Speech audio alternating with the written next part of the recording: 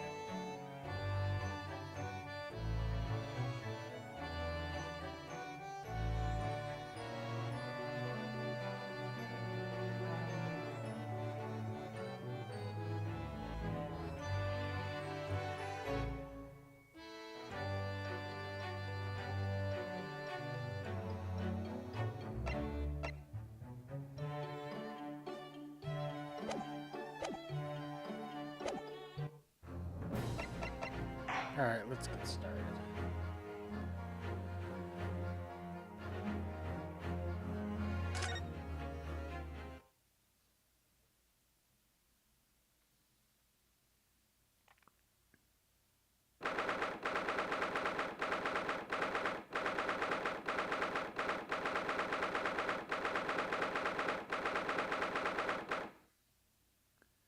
Twenty-second of November, 11:38 a.m. Supreme Court of Judicature, Defendants, Antechamber 5.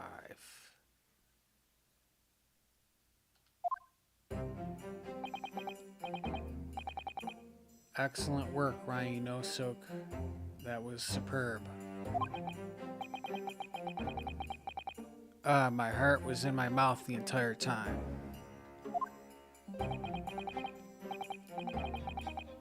It was almost unbelievable. I mean, looking at you in there. You were drenched in sweat, your eyes popping, your knees knocking, and you were grinding your teeth.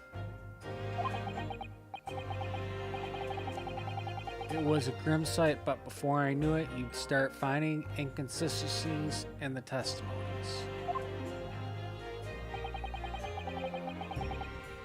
I think you might have a natural talent for being a lawyer. Forget it, it's terrifying. If I get through this, I don't ever want to see the inside of a courtroom again. Ha ha ha ha. Anyway, it looks like we've exposed your phantom lady at last.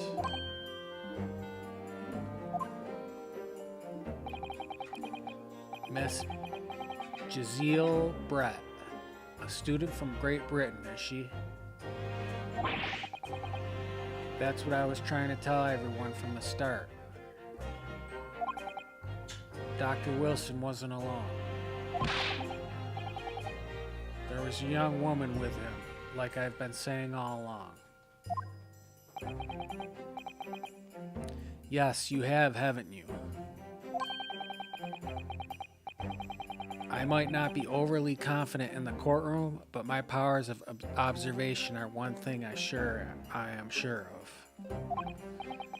Yes, I can see that. So about this young gentlewoman. That's to our detective friend. She was hastily escorted away from the scene, it seems. Did you see what happened with that?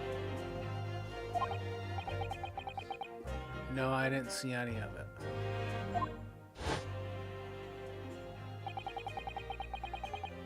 I was just on my way out of the restaurant myself, then on the floor next to Dr. Wilson's table.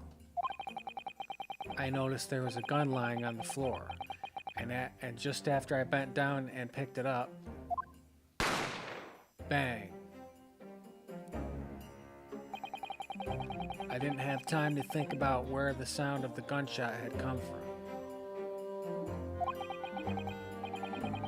The waiter ran over to me, looking as white as a sheet. And he bundled me into some sort of a small pantry next to the kitchen. Fast thinking by the detective, he apprehended his suspect without a moment's delay. Yes, and because I was shut in the pantry, I have no idea what happened outside in the dining area.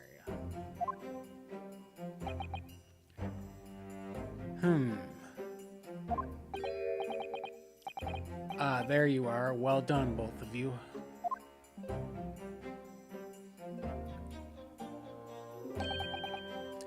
Professor Mikotoba? Well, it seems I was right. The pair of you make an outstanding team. You've exceeded my expectations, I have to say.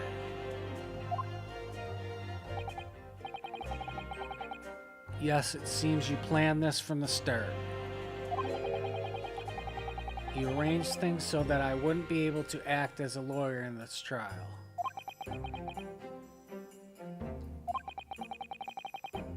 Our modern country is still in its infancy, our justice system even more so. Which is why I firmly believe that we need to send our brightest young stars overseas to learn all they can. I wanted to avoid a situation that may have resulted in your study tour to Great Britain being canceled. Well, it makes no difference. Lawyer of otherwise, if I am the kind of man who can't help his best friend avert the worst crisis of his life, I shouldn't waste everybody's time by going to study overseas anyway. What? What are you saying, Kazuma?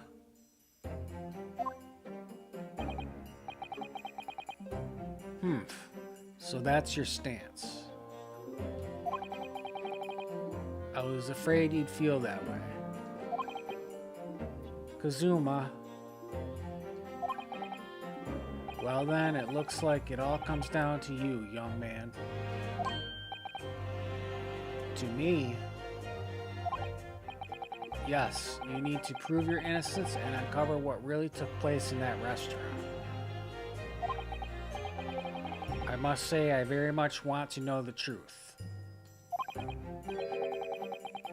After all, I have personal connection to this case. After all, I have a personal connection to this case. Come to think of it, he said the same thing earlier this morning, didn't he? If you don't mind me asking, Professor, did you know the victim? Yes, I did. As you are probably aware, Dr. John H. Wilson was a visiting professor at UMI. And it was I who invited him. Oh, I see. I didn't know that before.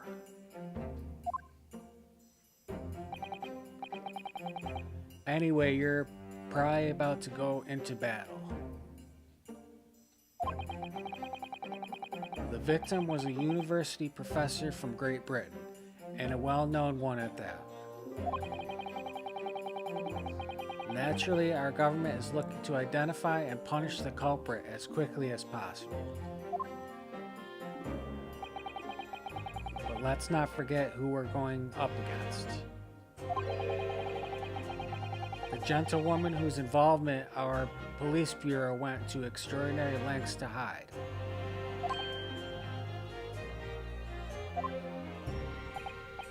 Yes, and I'm sure the prosecution will be using every tool at their disposal to quash your case. But I have no doubt that you pair will put up a good fight, right to the last. Best of luck. Thank you. Now then.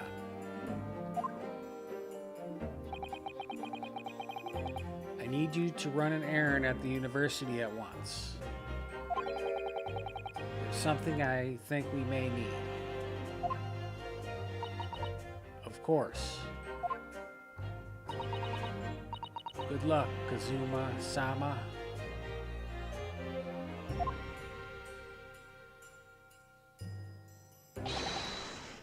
Defendant Naruhodo. Court recess is over. Please make your way back inside the courtroom at once. It's time. Let's go back to it, partner.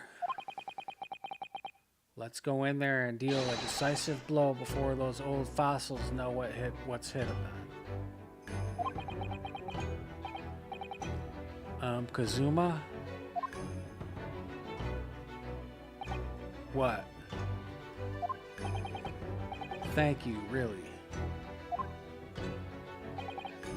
What for?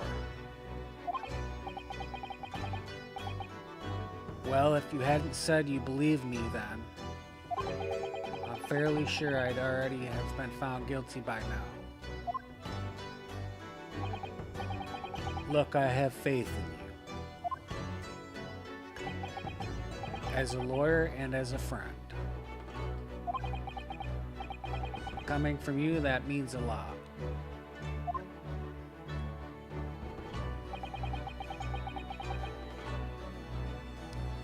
If I'm found guilty in this trial, he's really going to give up on his dream of studying abroad. That's the kind of true friend he is. So this just isn't my battle anymore.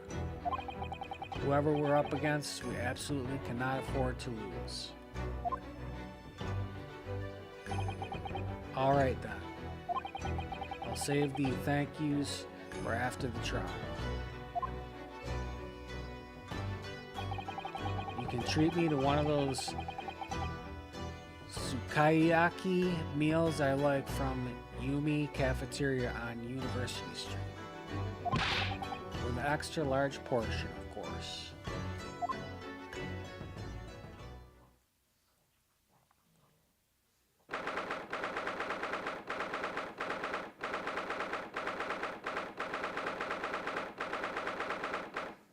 '22nd of November, 12:09 p.m., Supreme Court Judicature, Courtroom 2.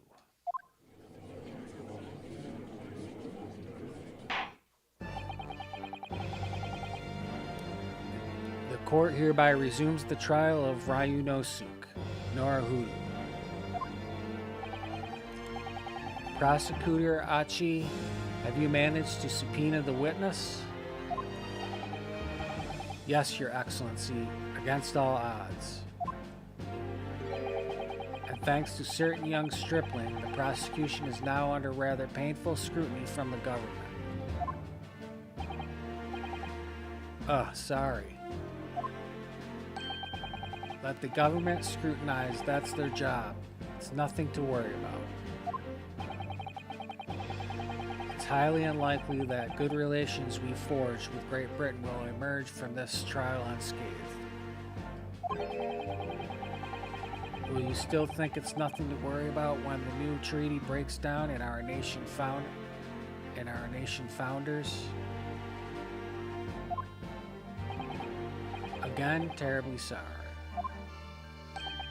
If the friendship between our nations is really so fragile, then the treaty isn't worth the paper it's written on. You really have nothing to worry about, Ryunosuke. What do you mean? A secret trial, anxiety over some foreign government's opinions, a bungled investigation, missing witnesses. Is this what our nation's justice system is? Is this the Supreme Court of Japan or of England? Shut up, you jumped up rookie boy. You and your friend know nothing. Nothing of the situation our nation finds itself in. By aligning ourselves with this great world power, we'll become strong. Diplomacy has never been more critical. Steady political maneuvering is what will secure our futures.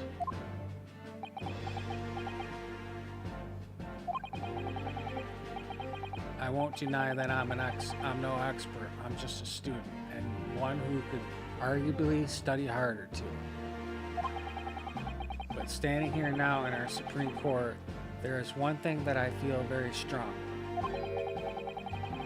A country that fails to uphold the truth in its justice system is a country with no future at all.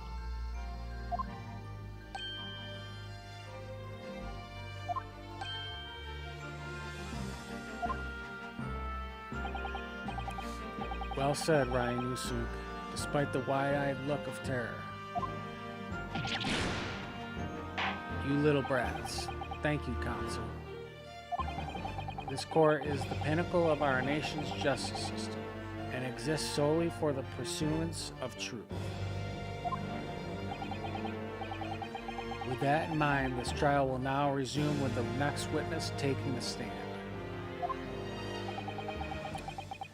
The visiting student from Great Britain, Miss Jezaille Brett. Yes. Your Excellency.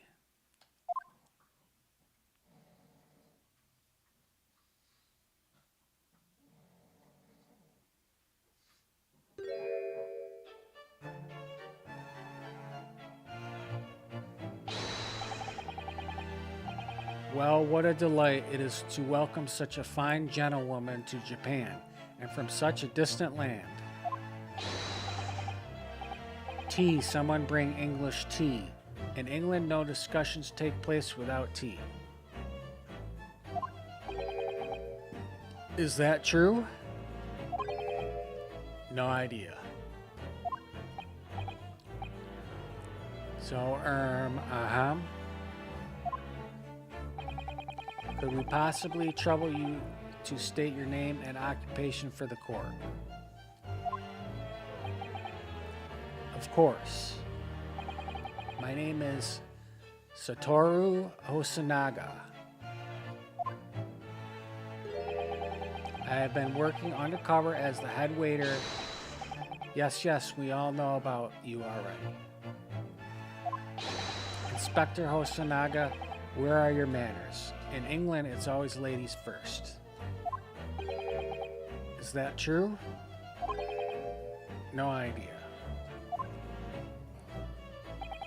More importantly, a little earlier today, you said something to me. You said your powers of observations are the one thing you're sure of. Oh yes, I think I did, didn't I? Yet your description for this amazing sight was simply a woman. Sorry, Ryunosuke, but powers of observation aside, your powers of description are sorely lacking. Guilty. So, dear lady, once again, if we may trouble you for your name and occupation, please.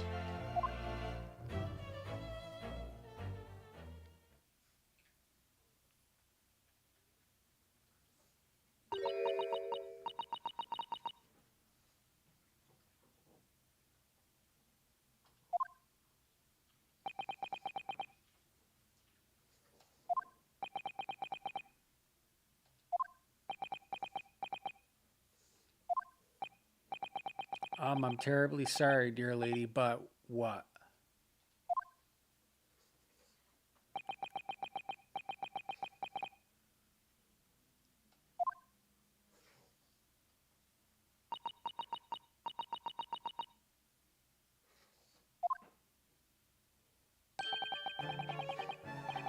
The lady says her name is Jezaille Brett. She comes from London, England. She's a visiting research student currently enrolled in Yumi University's medical facility, or faculty. Oh my, what a rare treat to hear the dulcet tones of the delightful language of the British people. I'm afraid I don't understand a word you said, but it was as beautiful as a hummingbird's song. As far as I can tell,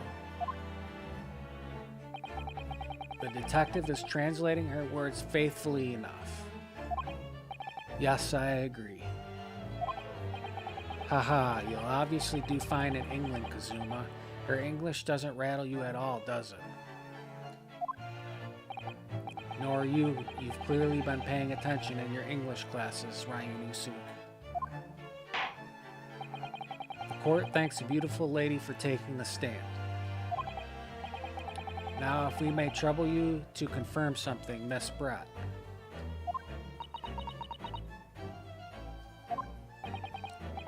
Three days ago at the restaurant called La Carnival, a grim murder took place. The court has been led to believe that you were dining there with the victim, Dr. Wilson, at the time. Is that correct?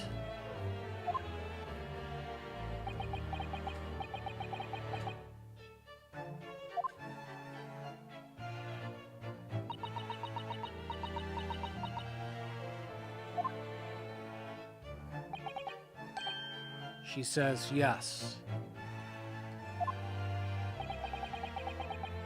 This could take some time. So even though she's studying here in Japan, she can't speak any Japanese?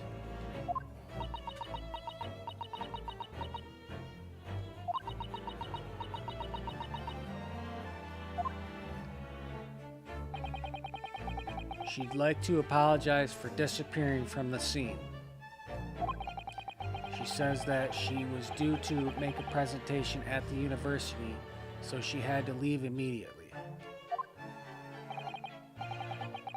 Interesting when you're the one who engineered her escape.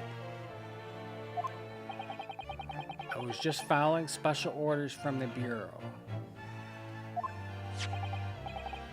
Well, now, dear lady, would you be so kind as to cast your eyes over this photographic print?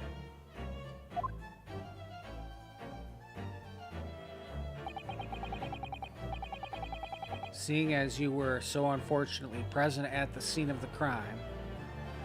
1 second, let me get a drink.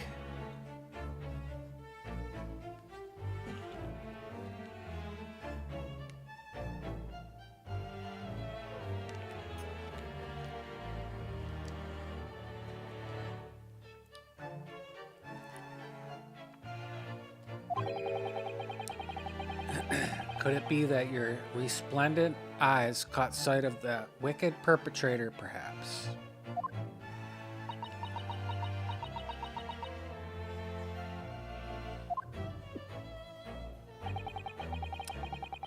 Apparently, it was a very frightening and sorrowful sight. Do you mean to say... Yes, it would appear the lady did witness the crime. The very moment when the accused, standing right there in the courtroom, shot the victim in cold blood.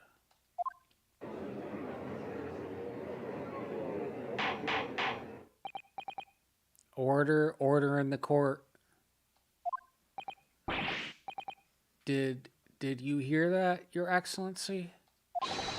Here we have an absolutely conclusive witness statement.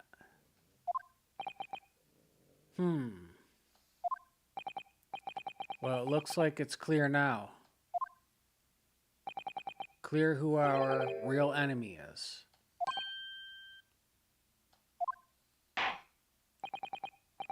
Unfortunately, I will have to ask you to formally testify, if you please.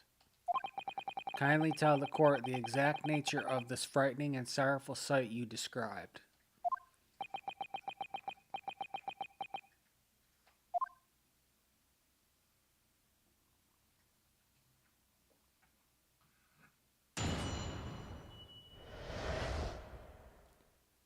A frightening and sorrowful sight.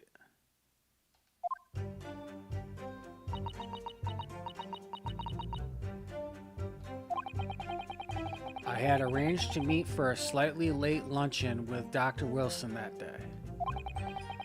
The professor was unable to eat, so I ordered for myself only a beefsteak.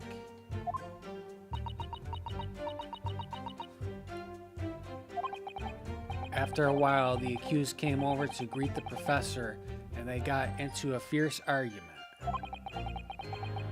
Then, not long afterwards, the accused took the professor's gun and shot him right before my eyes.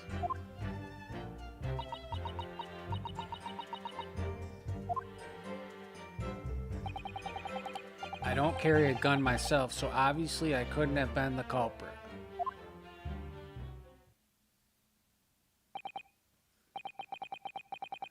Yes! No, I didn't have any kind of argument with the professor at all. Objection! Quiet, you filthy wretch. Look at you, you black-hearted blackguard. And look at the snow, white angel.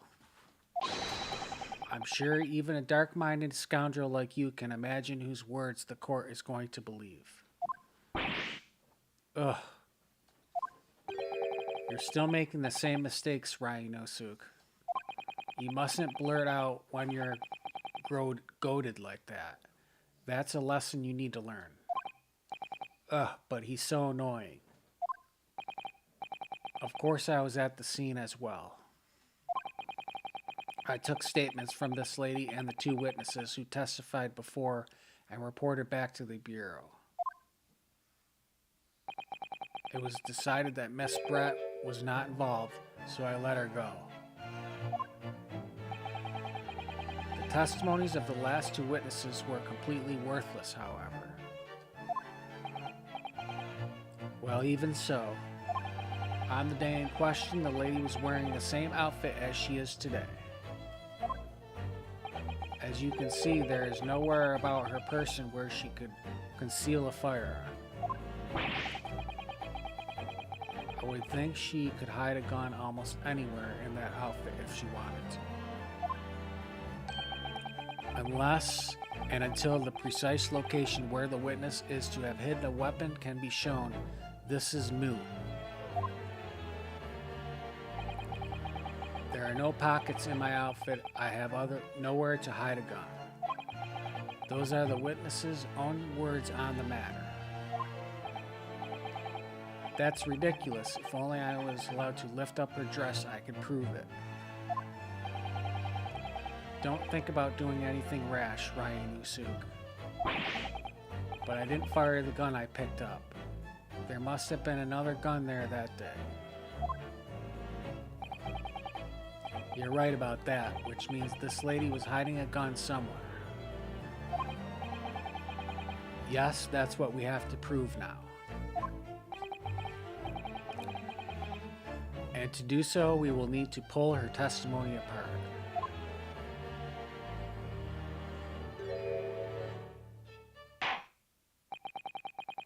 The defense may now cross-examine the witness. Oh yes, Your Excellency.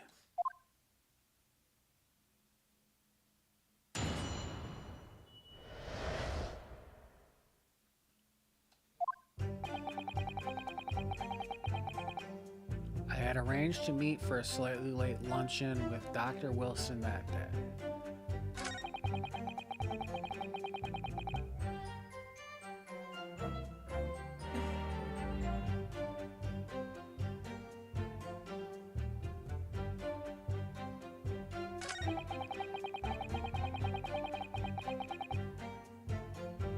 Yes!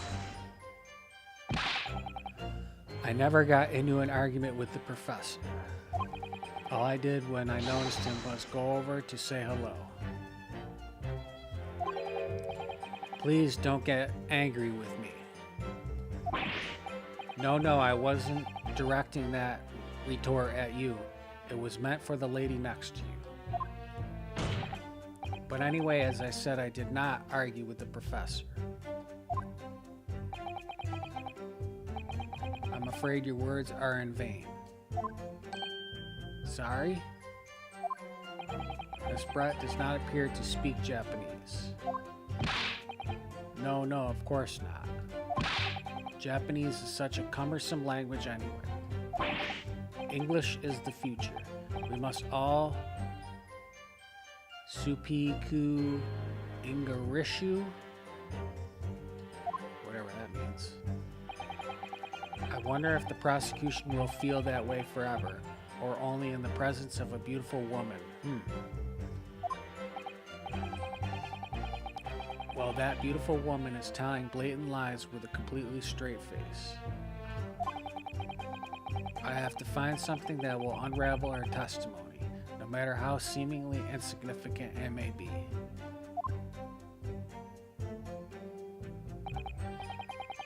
Anyway, it seems that after the argument, the accused briefly returned to his own seat. That part ties in with what you said, doesn't it? Yes, I still have some coffee to drink. And the next time you got up after that was when I finished my coffee and stood up to leave.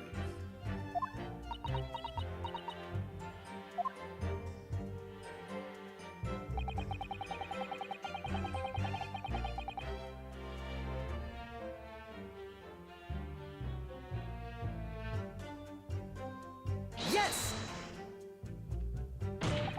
Like I said, I did not shoot that gun. And like I said, there's no point repeating that assertion over and over. Well, I wasn't expecting to be attacked by my own side. Nevertheless, defendant, you can't deny that when the shot rang out in the restaurant, you had a gun in your hand. Well, yes, that's true, but all I did was pick up the gun I saw on the floor next to the professor as I was leaving the restaurant. In fact, yes, there was someone much closer to the victim than me at the time. Objection! That will do, you dirty, rotten scoundrel. Dirty? Your baseless accusations could very well cause an international incident, boy. It seems to me that your accusation is just as baseless as ours. Tish, haha.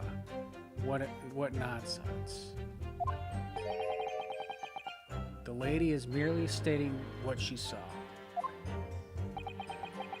And this is already an international incident as far as I'm concerned anyway.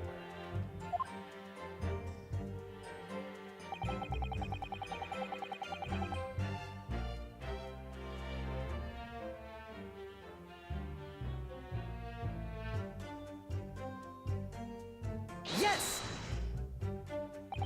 It's all very well saying that, but can you prove it?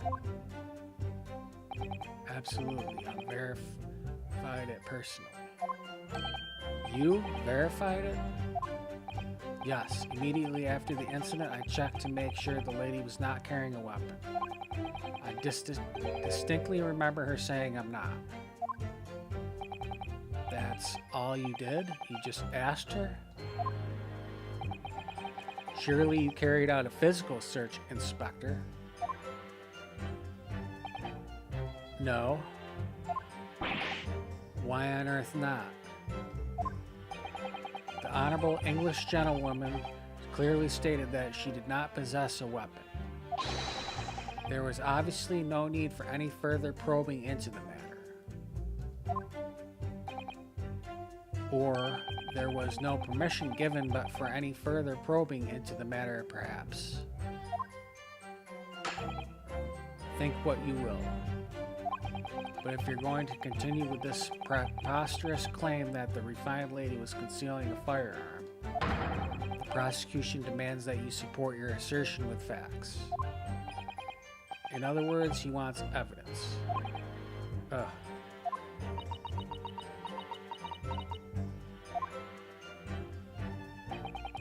The lady wishes to point out that of course she wanted to stay and assist with the investigation, but she was in a hurry to give a presentation at the university, so she was compelled to leave. Not to mention the fact that your office had told you to get the woman out of there. Not get her out of there, I just urged her to leave. The lady would like to point out that she in no way meant to run away from the scene of the crime. which is why she is only too happy to cooperate and testify here in court today, of course. Unlike a certain student who refuses to admit when the game is up.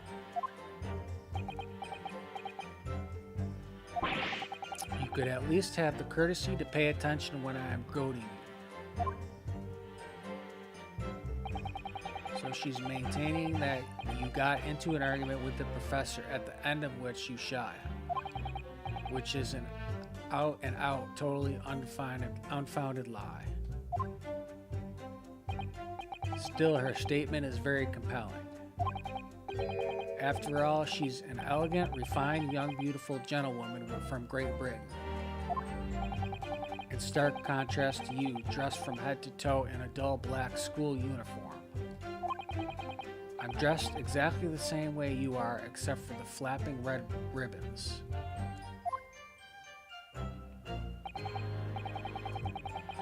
Well, anyway, this is our chance to expose her testimony as the fiction that it is. If we can't do that, the trial's over. Even you with your thick skin must be able to feel the murderous looks you're getting from around the room. Only too well. I feel half dead already. And the fact that I can't see a single inconsistency in her testimony isn't making me feel any better either. First thing to do is press her on any of her statements that seem even slightly off to you. Do that and an opening will present itself, I promise you. I need to expose the true face of this exotic foreigner that's hiding behind the mask. That's what I should be aiming for in this cross-examination.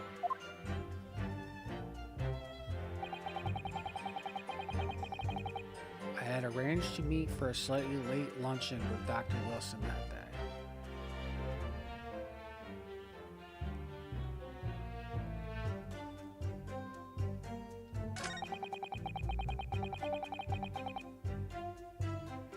The professor was unable to eat, so I ordered myself only a beef stick.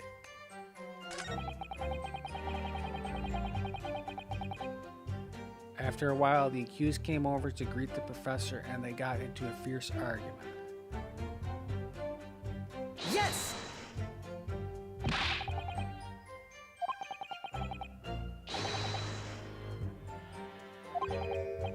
Please don't get angry with me. No, I wasn't directing that retort at you. It was meant for the lady next to you. But anyways, as I said, I did not argue with the professor. I'm afraid your words are in vain. Sorry? This Brett does not appear to speak Japanese. No, of course not. Japanese is such a cumbersome language anyway. English is the future. We must all speak English. I wonder if the prosecution will feel that way forever or only in the presence of a beautiful woman. Well, that beautiful woman is telling blatant lies with a completely straight face. I have to find something that will unravel her testimony no matter how seemingly insignificant it may be.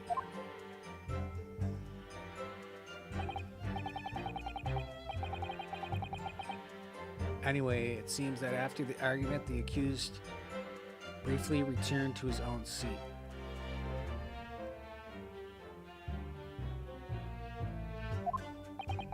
That part ties in with what you said, doesn't it? Yes. I still had some coffee to drink. And the next time you got up after that was when I finished my coffee and stood up to leave.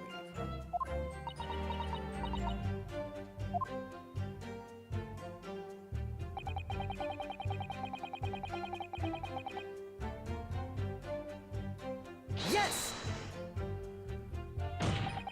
Like I said, I did not shoot that gun. Like I said, there's no point repeating that assertion over and over. Well, I wasn't expecting to be attacked by my own side. Shoot, I did this already. Nevertheless, defendant, you can't deny that when you shot rang out in the restaurant, you had a gun in your hand. Well, yes, that's true, but but all I did was pick up the gun I saw on the floor next to the professor as I was leaving the restaurant. In fact, yes. There was someone much closer to the victim than me at the time. Objection! That will do, you dirty, rotten scoundrel. Dirty. Your baseless accusations could very well cause an international incident, boy. It seems to me that your accusation is just as baseless as ours. Tish, haha, with what nonsense. The lady is merely stating what she saw. And this is already an international incident as far as I'm concerned anyway.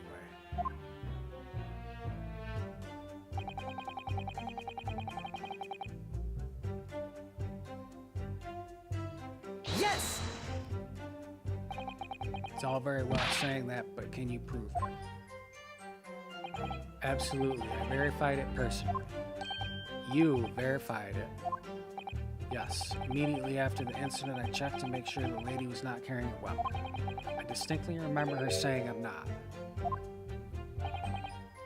That's all you did? You just asked her? Surely you carried out a physical search, Inspector. No. Why on earth not?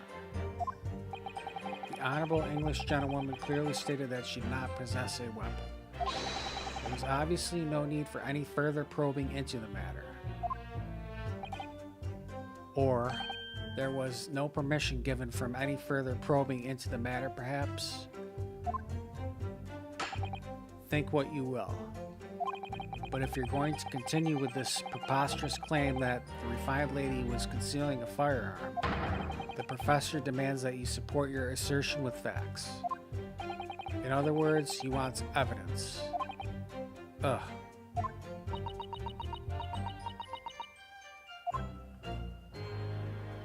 The lady wishes to point out that of course she wanted to stay and assist the investigation, but she was in a hurry to give a presentation at the university, so she was compelled to leave. Not to mention the fact that your office had told you to get the woman out of there. Not to get her out of there, I urged her to leave. The lady would like to point out that she in no way meant to run away from the scene of the crime, which is why she is only too happy to cooperate and testify here in court today, of course. Unlike a certain student who refuses to admit when the game is up.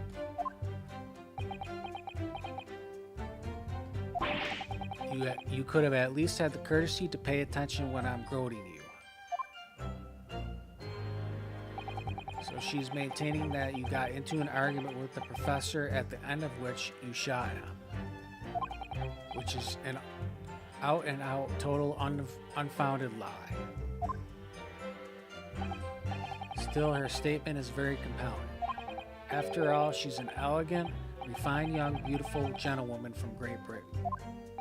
In stark contrast to you, dressed from head to toe in a dull black school uniform. I'm dressed exactly the same way as you are, except for the flapping red ribbons. Well, anyway, this is our only chance to expose her testimony as fiction as it is. If we can't do that, the trial's over.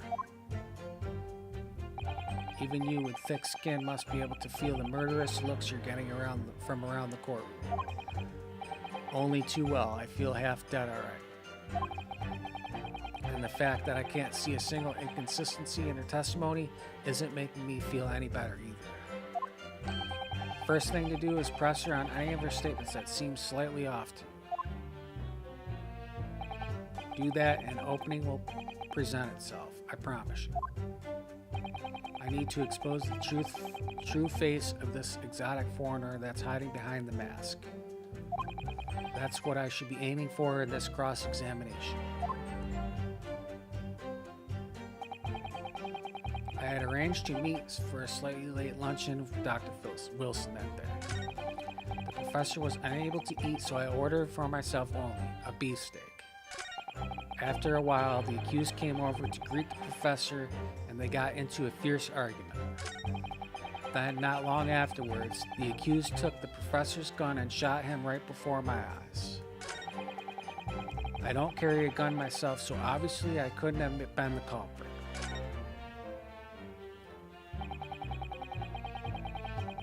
So she's maintaining that you got into an argument with the professor, at the end of which you shot him, which is an out-and-out total undefined lie.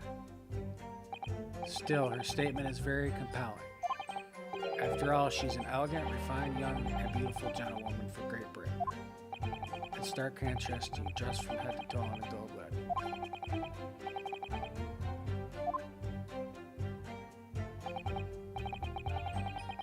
This is our only chance to expose her testimony as fiction as it is. If we can't do that, the trial's over. Even with you, your thick skin must be able to feel the murderous you're going to go around the room. Only too well, I have to already. And the fact that I can't see a single inconsistency in her testimony isn't making me feel any better either. The first thing to do is press her on any of her statements that seems like I've already read all this. Let me get back to where I need to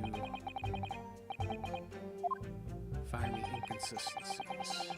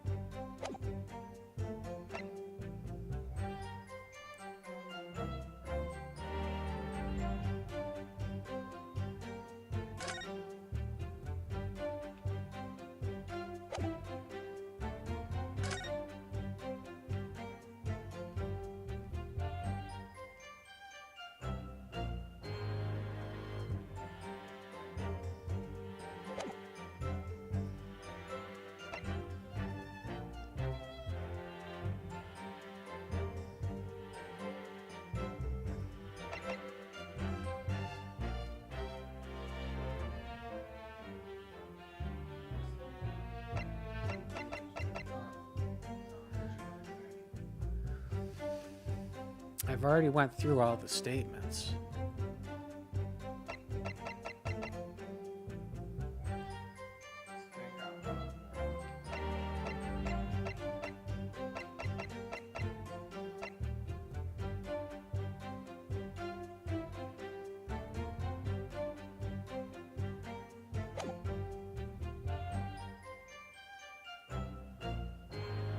Yes! After 2 p.m., in fact, that's really quite a lunch, or late lunch, isn't it? Objection! You don't keep up with the latest fashions from Britain, do you? Late luncheons are en vogue. Isn't that right? No. Ugh.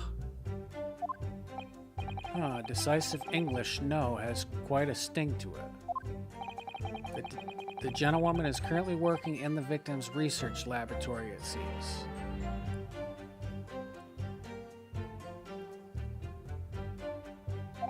So it was apparently a daily occurrence that they would lunch together. But on the day in question, the victim had another appointment at the clinic first.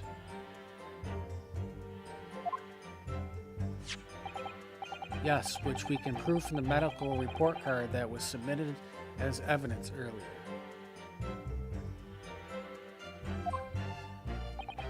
That's right. Miss Brett and the victim went to lunch following the victim's treatment, which is why it was so late. Yes, that all makes perfect sense. Such wonderful logic, what a shining example of English intelligence this fine gentlewoman is.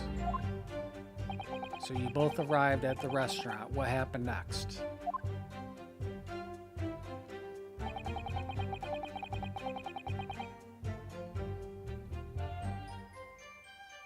Yes! He was unable to eat, you say? And that was because he just had a tooth removed at Hata Clinic, correct? That's right. You're supposed to actually check with the witness before answering. Was Miss Brett aware of that fact? It seems so, yes. She'd heard that the professor was having some dental treatment. So that would mean that it was you who ate the steak pictured here. Is that right, Miss Brett?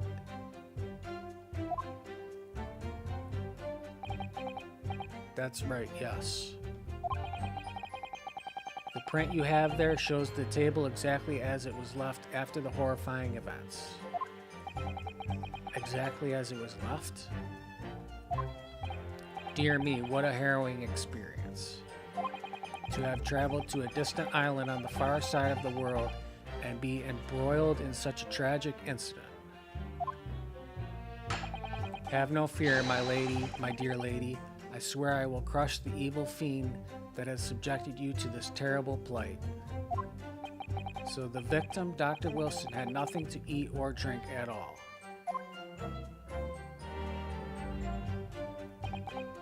That's right, other than some carbonated water. Just water? Yes, the professor was unable to eat, but he had been given permission to drink water. So it appears that the diners toasted their lunch with a glass of water each. They each raised a glass of carbonated water. What do you think, Ryunosuke, about the witness's last statement?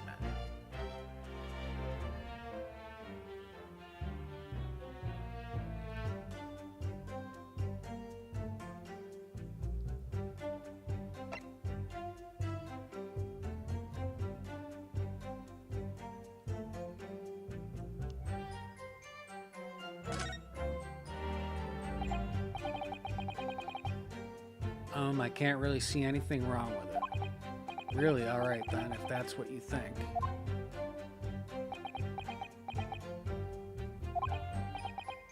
Kazuma, do you think it's significant in some way? Well, perhaps, but let's do this your way. Maybe I should press her on that statement again.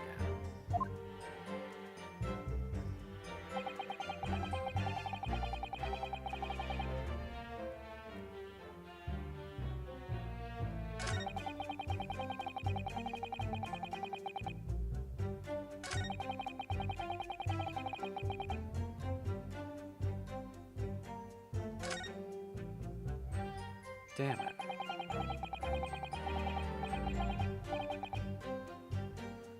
So she's maintaining that you got into an argument with the professor at the end of which you shot it, which is an out-and-out total unfounded lie.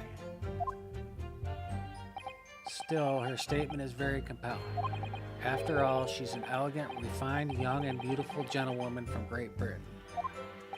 In stark contrast to you, dressed from head to toe in a dull black school uniform. I'm dressed exactly the same way you are, except for the flapping red ribbons. Well, anyway, this is our only chance to expose her testimony as the fiction that it is. If we can't do that, the trial's over. Even you with your thick skin must be able to feel the murderous looks you're getting from around the room. Only too well, I feel half dead already.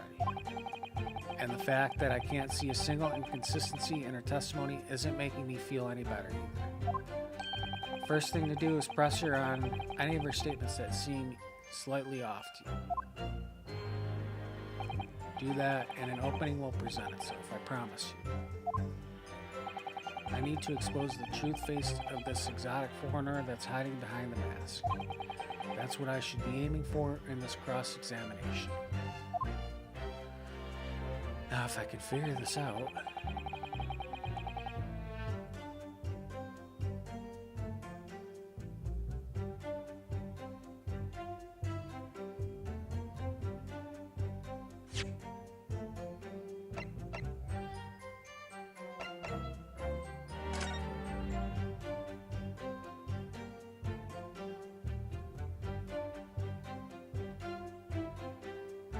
There's not 2 cups.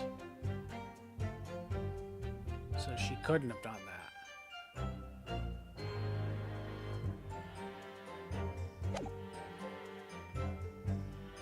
Yes! That statement contradicts the facts as demonstrated by this evidence. As far as I can tell, there is nothing untoward about this evidence. But that, pull yourself together, you look as though your eyes are about to pop out of your head. Oh, I can't help that. It's just my look.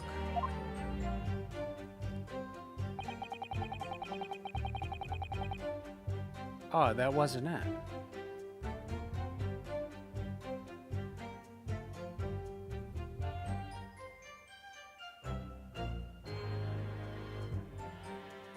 Yes! After 2 p.m., in fact, that's really quite a late lunch, isn't it? Attention! You don't keep up with the latest fashions from Britain, do you? Late luncheons are en vogue, isn't that right?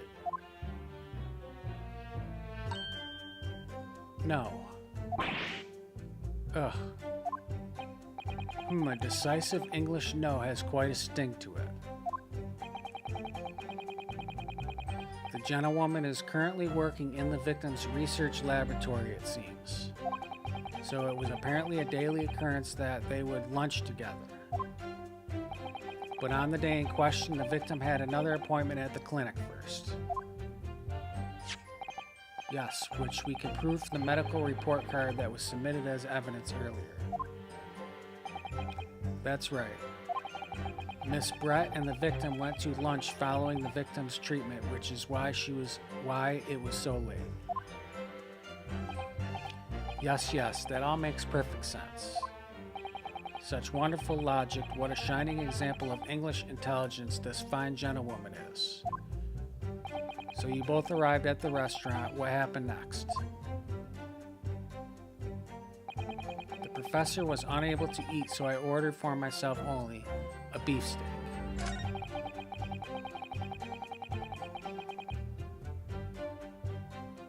After a while, the accused came over to greet the professor and they got into a fierce argument.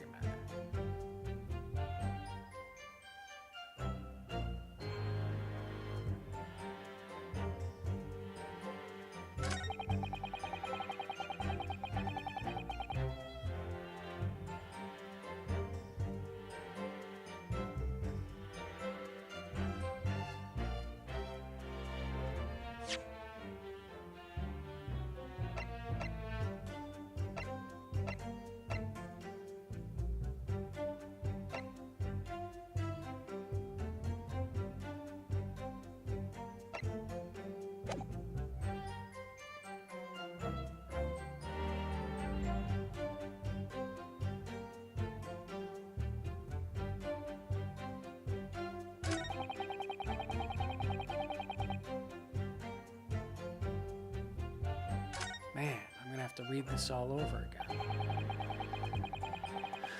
She's maintaining that you got into an argument with the professor at the end of which you shot him, which is an out-and-out total unfounded lie. Still, her statement is very compelling. After all, she's an elegant, refined... Let me get back to where I was again here.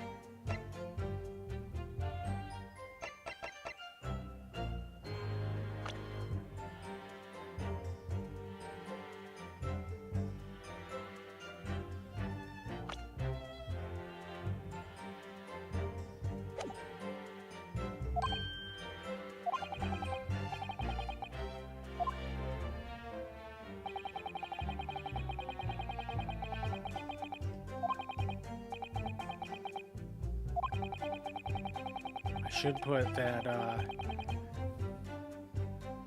having a bottle of that sparkling water was an inconsistency because there's only one glass on the table.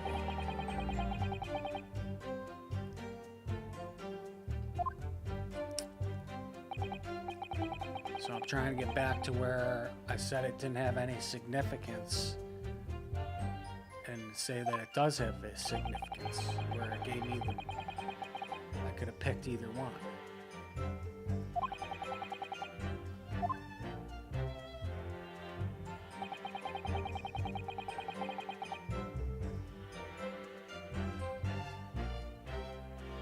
Yes! Not sure what they want me to do here. I've been Objection! through all of these.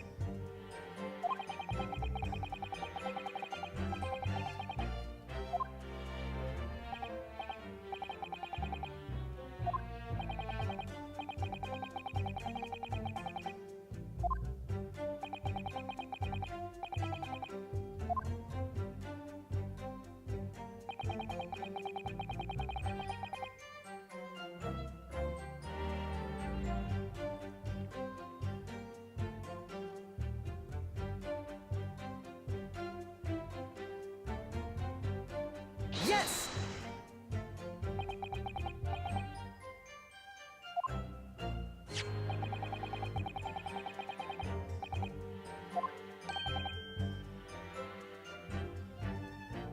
Give me a minute, guys. Trying to get back to where I was. I've already read all this before.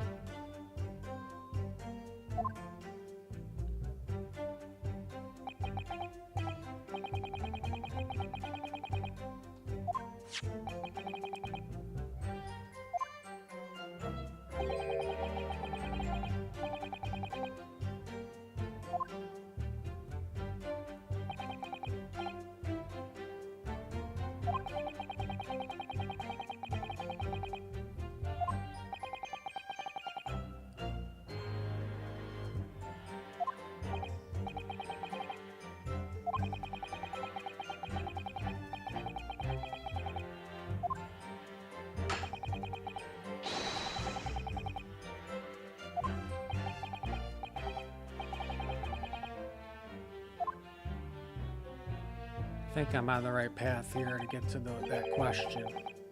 Here we go. That's right, other than some carbonated water. Just water? Yes, the professor was unable to eat, but he had been given permission to drink water. So it appeared that the diners toasted their lunch with a glass of water each. They each raised a glass of carbonated water. What do you think, Ryunosuke, about the last statement? It's very meaningful. That last statement of yours, Miss Brett, has a profound bearing on this case. Well, well, how fascinating. Do tell us, what is the profound bearing?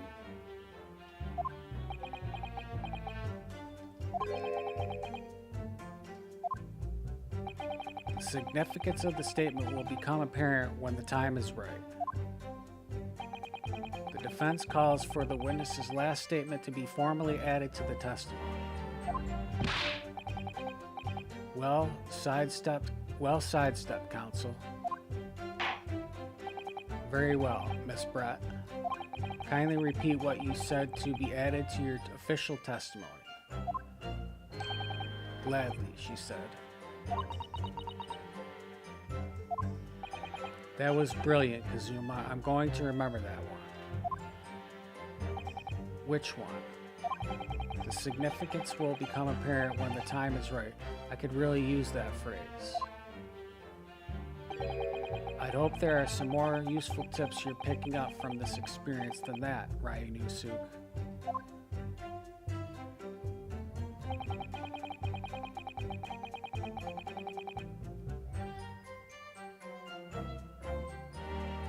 Yes! So both you and the professor drank this carbonated water, did you? Yes. Being the waiter, I poured the 2 glasses myself. I clearly remember doing so. Except you're only actually a detective. And the beefsteak, that was for you, Miss Brett. The lady says that she'd heard it was not customary to eat beef here until Japan opened its doors to the world. Yes, that's true. What a frightful place, is the lady's opinion. And I've heard it's not customary to eat sashimi in Great Britain. That's not frightful. Now that's frightful. Every country has its own cuisine. As long as people have food to eat, what does it matter what it is? True, come to think of it. The first time I tried carbonated water, it was much more of a shock than the first time I tried beef. But anyway, back to this witness's statement. Somehow I feel that there's something out of place in what she's saying. We need to pounce on the even slightest thing now, because you never know what might lead us to our goal. Our goal of turning this trial around. Understood, Kazuma?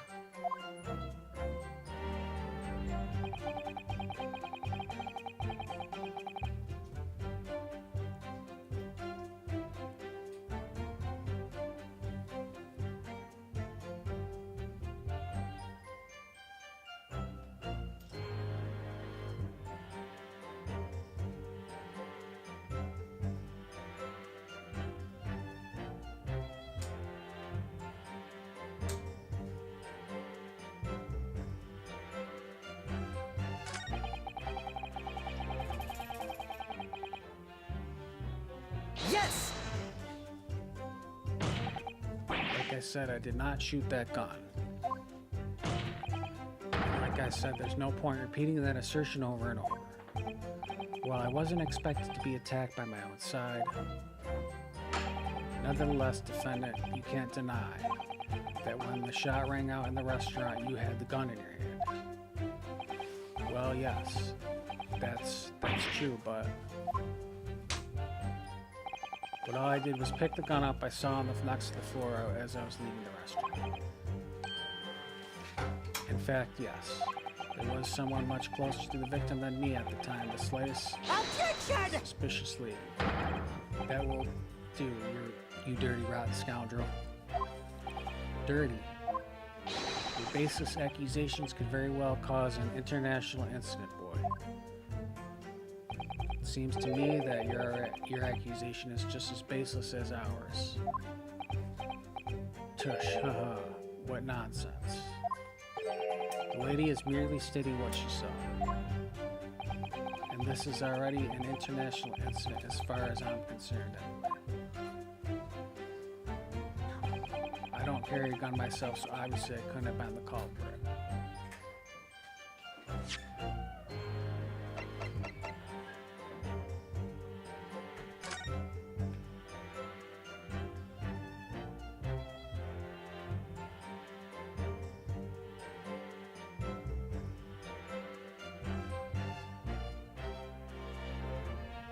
There's only one glass, not two.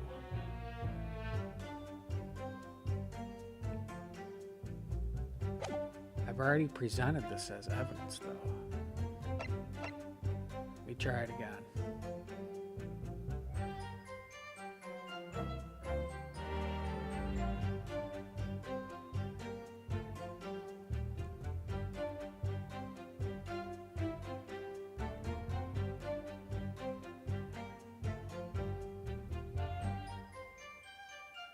think you gotta prevent it or do it when the right line is up at the bottom of the screen. So I gotta get the line, I think, that she says she cheers a bottle of water and then present this baby. Let me try that.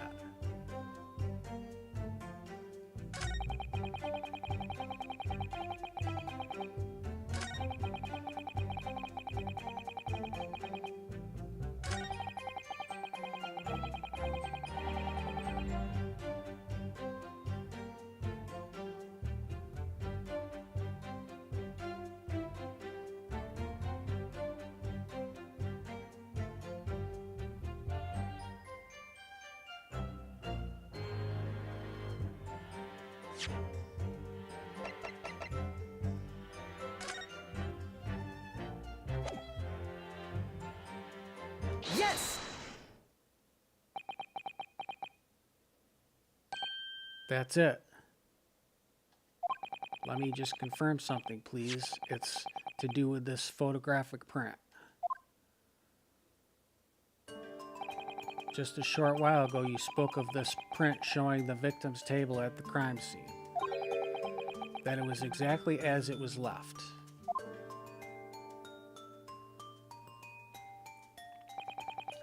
That is correct, the lady says. Well, that is, it's odd, very odd.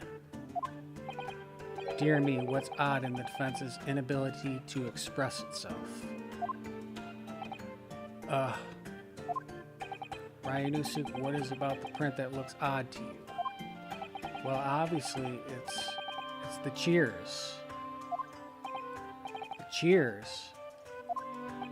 Miss Brett just told us that she and the professor said cheers over a glass of water. But if that's true, there should be 2 glasses on the table, not 1. You're quite right, Counsel. There's only 1 glass pictured here. Objection! Are we supposed to be impressed by this nitpicking over a minute? I don't even know what that word is.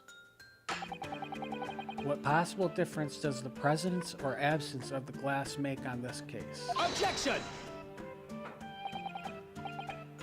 Minute, you say?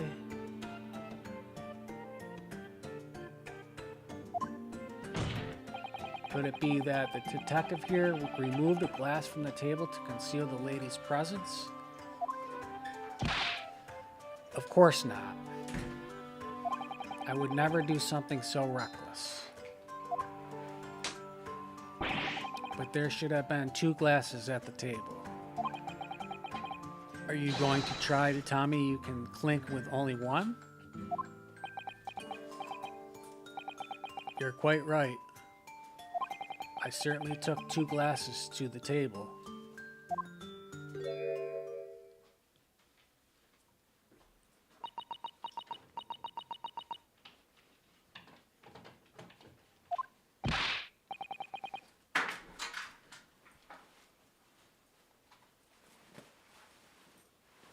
Inspector, what did the lady say? It would seem that it was Miss Brett who took the glass from the table.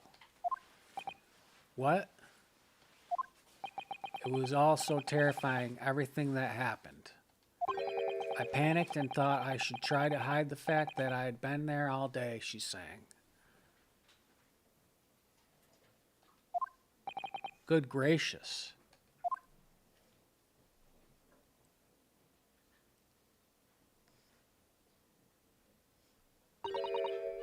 Sorry.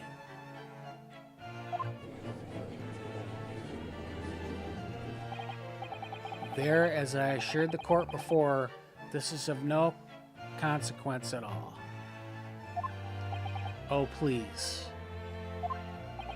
We must remember that this student had just murdered this lady's luncheon companion before her very eyes.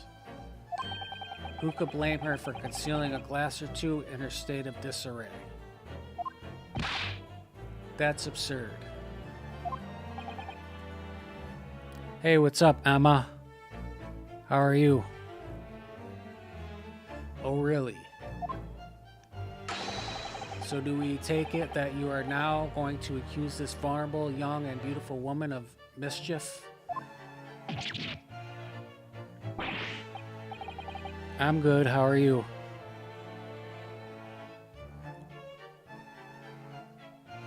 No, no, no. This can't be put down to mischief.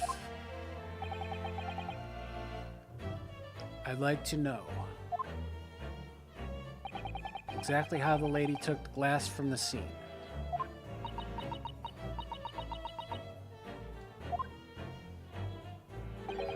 It would seem that she slipped into a small handbag she was carrying. A handbag, you say? Yes, Your Excellency, a small handheld pouch commonly carried by well-to-do women in England. Women in England. So the beautiful lady has very graciously explained how and why she removed the glass from the scene now. However, the fact remains that this glass had absolutely no bearing on the case.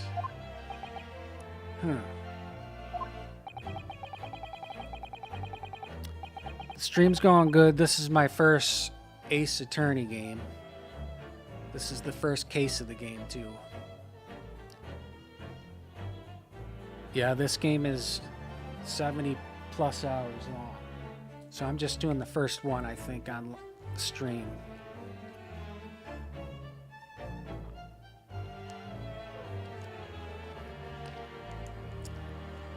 Earlier today, I was playing Metroid Prime Remastered. This student has been trying to confuse the court with logical reasoning, but in the end, it comes to nothing.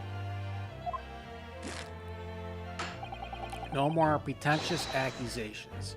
You have wasted enough time already.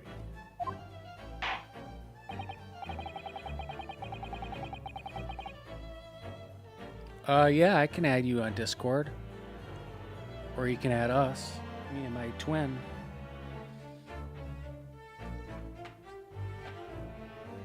How do you add somebody on Discord? I forget. Brain.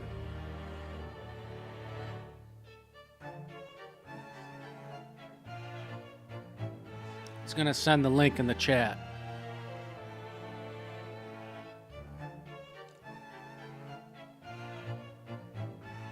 No, that's cool. We'll send the link.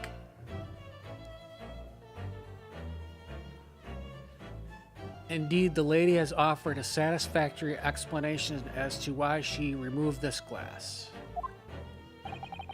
I think henceforth we can consider the matter to have no bearing on the case. Counsel for the defense, are you in agreement? Well, I don't know really.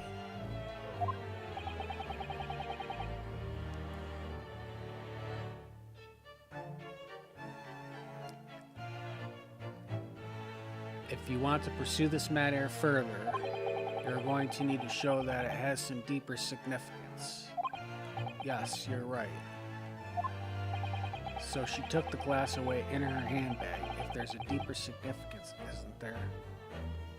The handbag. She can put a gun in the handbag. Wait, the lady put the glass in her handbag, you said? Yes, do try to keep up. It's already been explained to the court that all English gentlewomen carry handbags for small items. Let me see. A little while ago, Miss Brett stated the following. There was no pockets in my outfit. I have nowhere to hide a gun.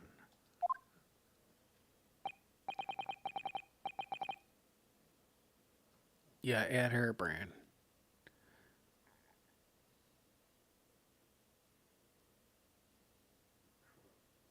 Adding you right now. But what she forgot to mention was her handbag, in which it would be perfectly possible to conceal a gun. You're right. Well done, partner. I had a feeling you'd pick up on that too. What are you insinuating, you vile blackguard?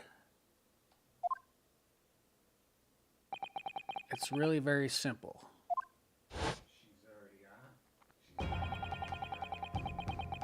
The gunshot was heard when the defendant picked up the gun from the restaurant floor.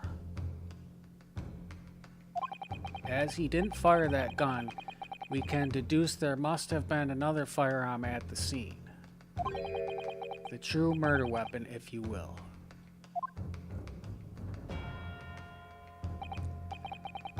You can't seriously be suggesting Inspector Hosonaga. Yes? Did you or did you not search Miss Jezaille Brett's handbag on the day of the murder? No, sir, I did not. As I thought. In other words, another gun, the one that was actually used to kill the professor,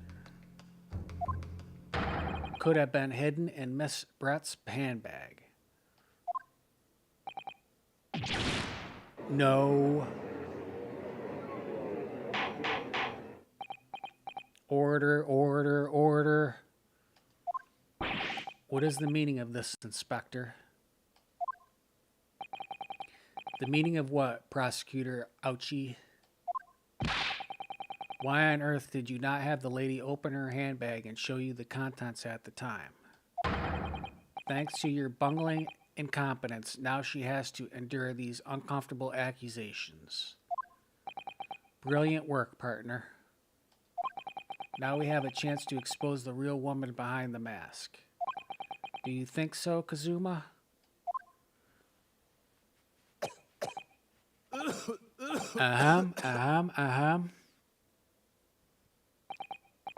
Well, what a sorry situation. I wonder why the guy's bleeding in the mouth. Clearly you have no faith in the police. As I said, I did not search the lady's handbag after the shooting, simply because it was unnecessary. Unnecessary in what way? I ought to thank the student lawyer, really.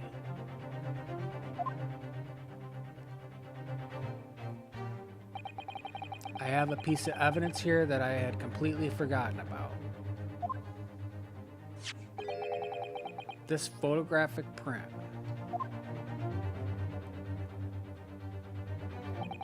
This print is of the photograph that I thought would be prudent to take immediately after the shooting. As you can see, it clearly shows Miss Brett's handbag. Well, I never. You can see right through to what's inside. That's right. Apparently, mesh work bags like these are the height of fashion in London at the moment. So the contents are clearly visible. Exactly. So there was no need to search the lady's handbag. If there had been a gun inside, it would have been immediately obvious.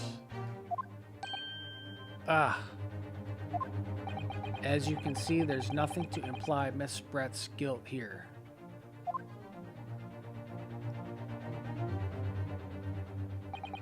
Thank you for helping to prove that, Naruhodo-san.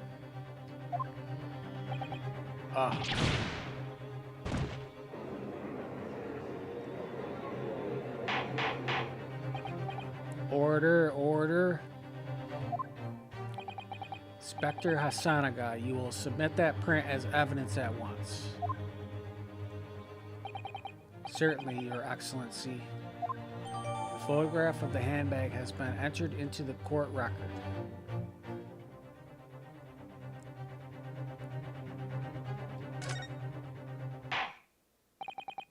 I think you've had long enough to cross-examine the witness, counsel. The court has now been shown considerable evidence. as the photographic print just submitted into the court record appears to have no further significance.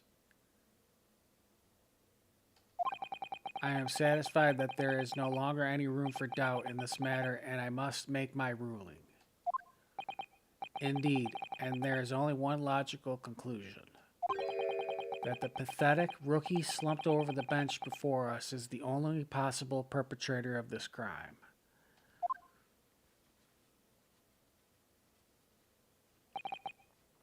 No. Just when I thought I was beginning to turn things around, I'm in a worse situation than when I was at the start.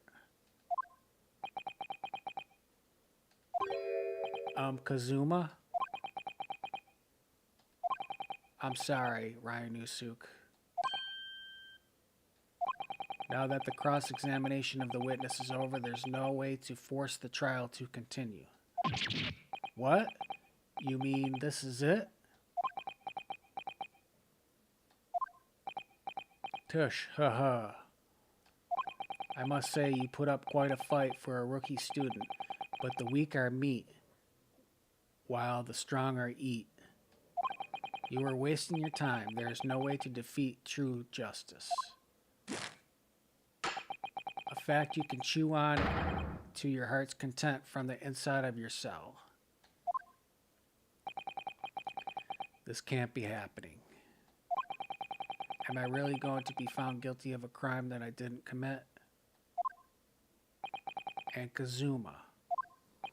His dream of going to study in Great Britain will slip through his fingers. Kazuma. What? Is there really no chance now of turning this trial around? You heard the judge. There's nothing about that last photograph the detective produced that we can contest. Which means there's no basis on which we can argue for the trial to continue. Very well, I will now proceed immediately to the ruling. It seems we will be able to report to the British government on time after all. That smug little Ryunosuke Naruhodo, having considered all of the evidence placed before me,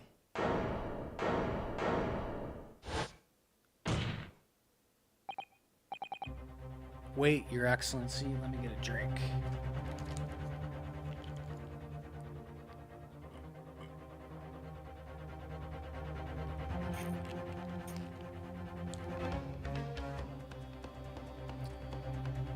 Wait, Your Excellency. Ryunosuke? I don't think you can rule on this case yet. Objection! This amateurishness is getting tedious. When His Excellency deems that the trial is over, he gives his ruling. That is the most basic protocol of the court. Yes! Your Excellency, just a moment ago you said this.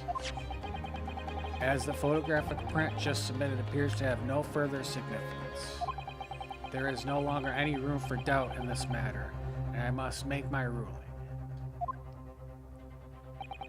Now that means that if there was a problem with the evidence, some significant detail I mean, then ruling on the case at this time would be out of the question. Objection!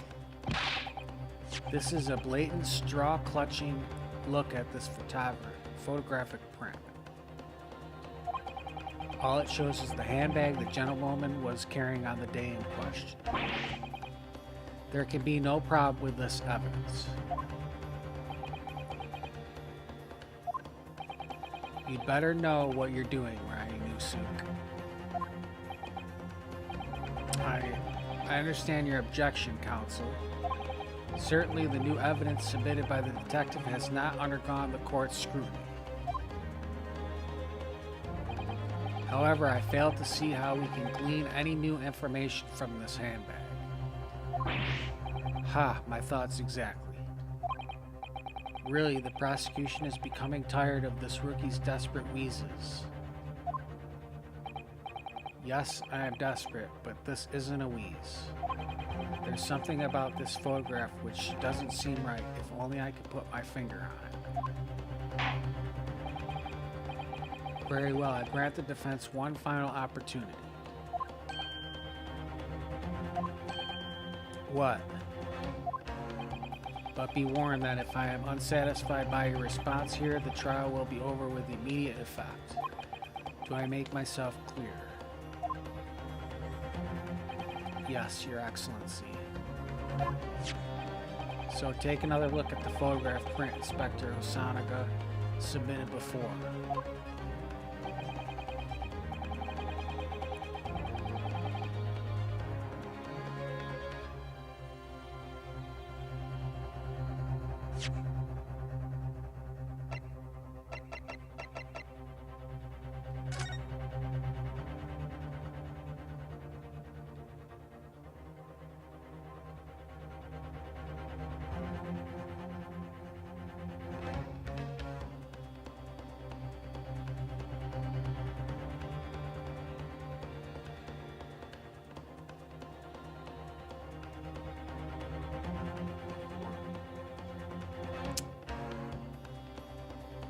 I don't really know the significance of this. Yeah, that's what they said. You can see that there's no gun in the purse. But I'm supposed to find that there's more significance to this photo than just that. Like, what's this mark on his arm? Is that anything?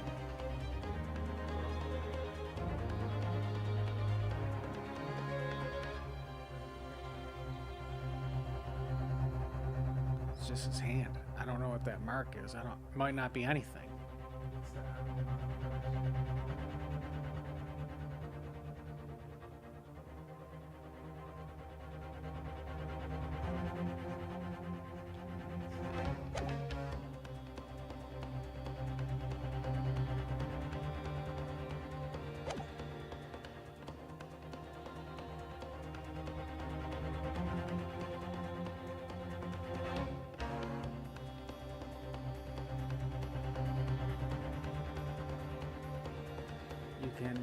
You will identify for the court where in this print we see the significant detail to which you have alluded.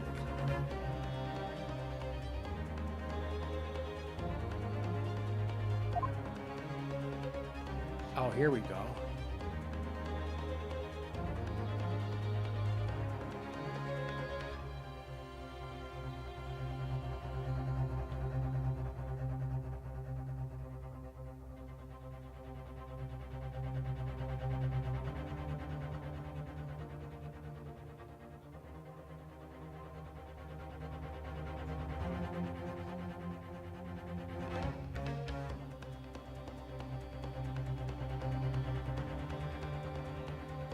Emma, you want to help? You see anything?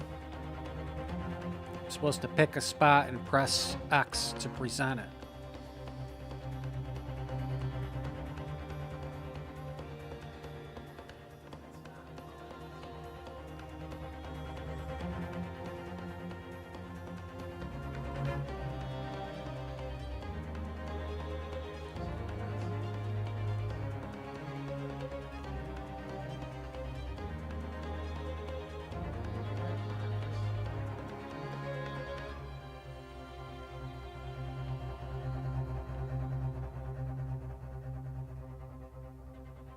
Usually when you, on the other evidence that I had, you're supposed to, well, it would blink.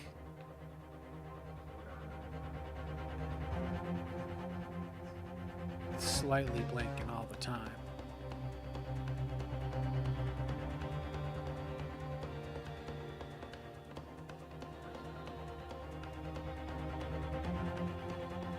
Yes!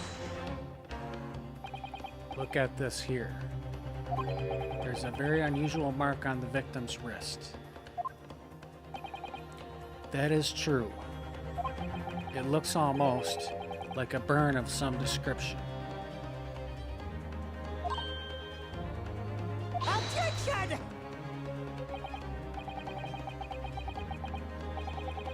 Dear me, I was pondering what new piffle you would come out with. A burn, you say, on the victim's wrist. Clearly that has nothing whatsoever to do with the magnificent lady's handbag. Yes, that is a burn mark, you're right. Go on, Inspector.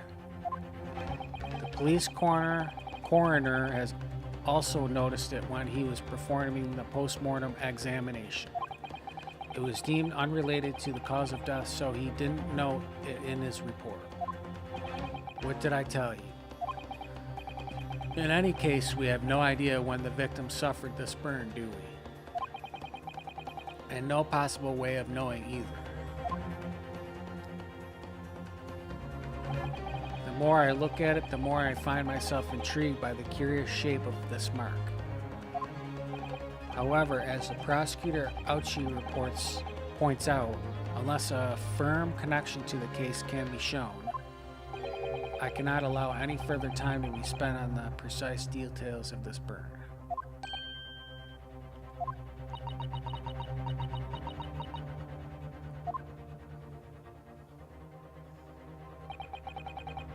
Excuse me, Your Excellency.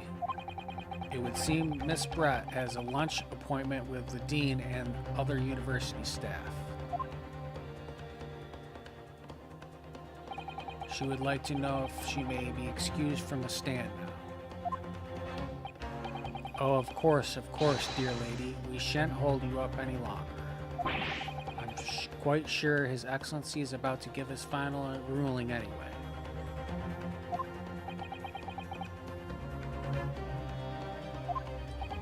What's your thinking on this, Ryunosuke? Do you believe this burn does have something to do with the case? To be honest, I'm not really sure. But if I don't keep pushing, then it's all over.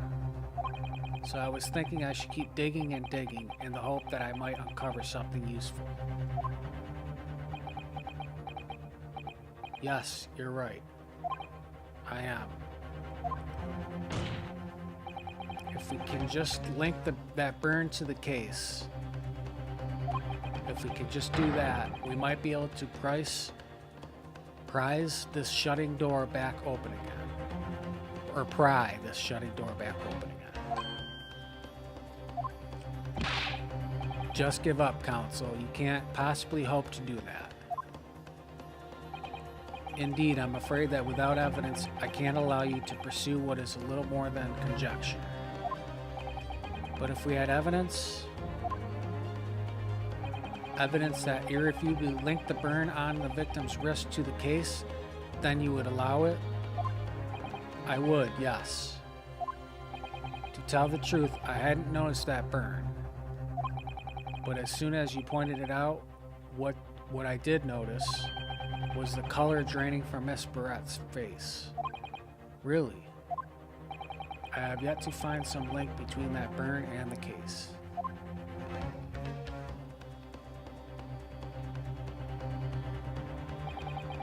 This is the moment of truth.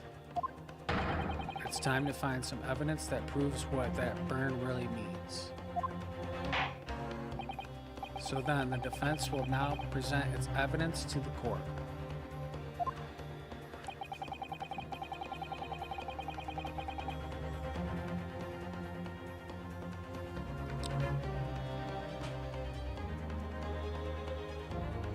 The evidence that demonstrates an inextricable connection between the victim's burn and this trial.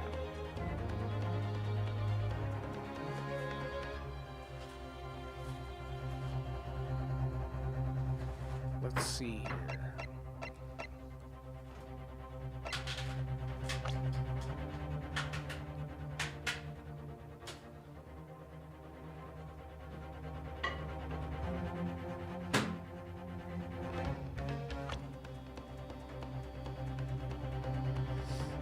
Trying to see if this pin is that shape, but it seems like maybe the guy was holding the gun that he was shot with, like grabbed the muzzle of the barrel or something. I don't know.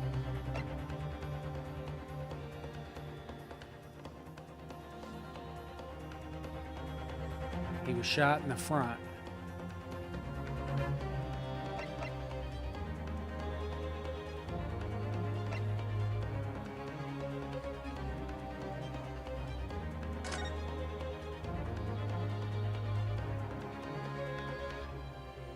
And the chair is turned the other way.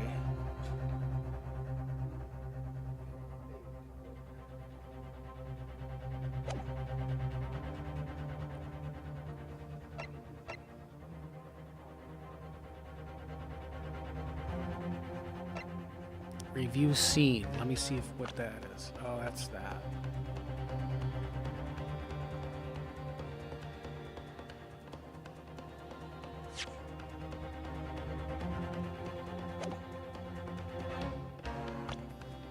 So I have to pick one of these.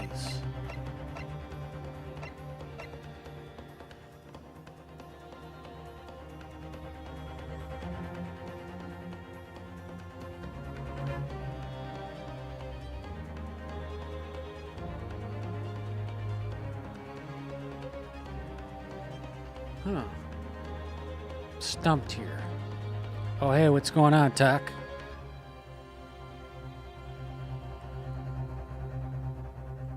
Where is the swords? Where is the hordes of died enemies laying at your feet? Yes, died enemies. Dead. Shaking my head. I can't type.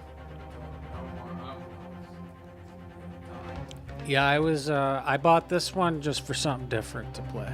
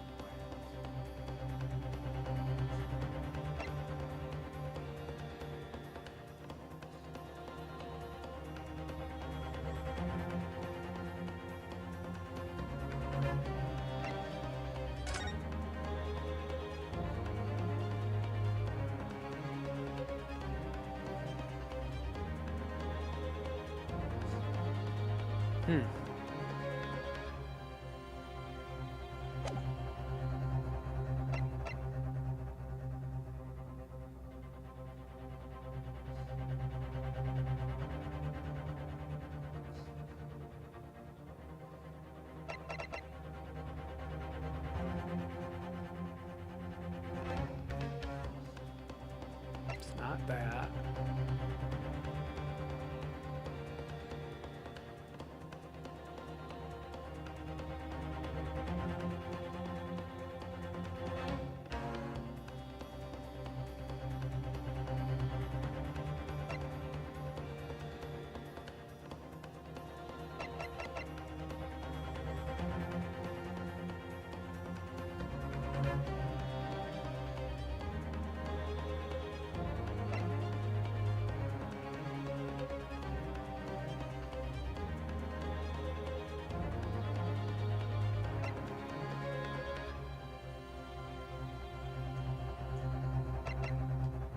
Yes! The victim's burn is clearly related to this piece of evidence in the court record. Objection!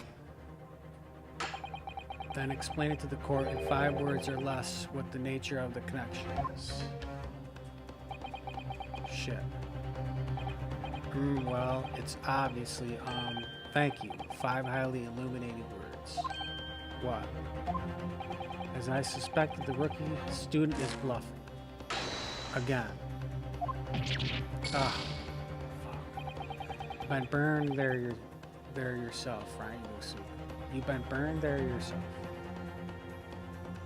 Wait, you've been burned there yourself, Ryunosuke.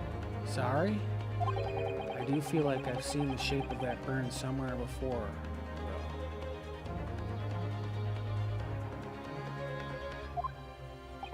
Look through the court record again, carefully this time.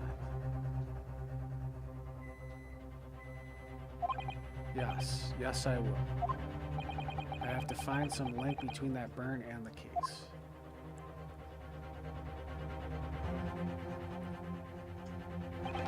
This is the moment of truth. It's time to find some evidence that proves what that burn really means. So then, the defense will now present its evidence to the court. Man, this is like got me stumped.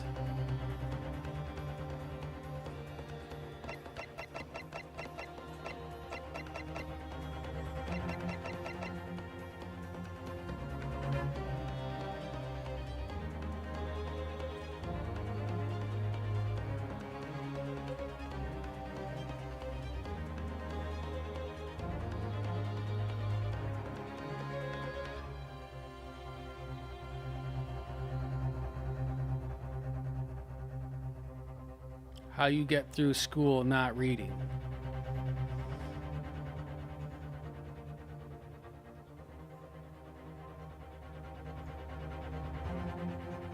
I'm pretty stumped on this.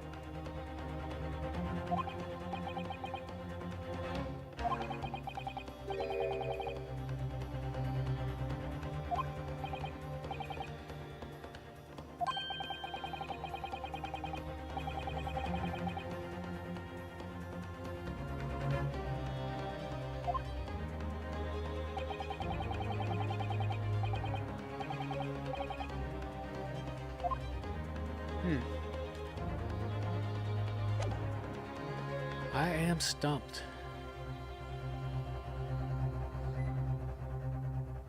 Yeah.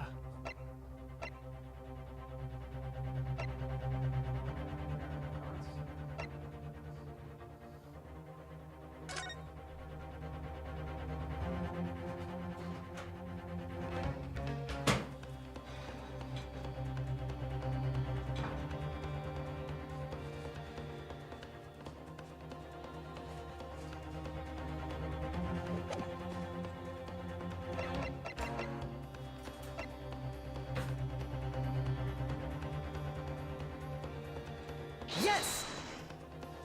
I don't know, I'm stumped. This victim burn is clearly related to this piece of evidence in the court record. Objection!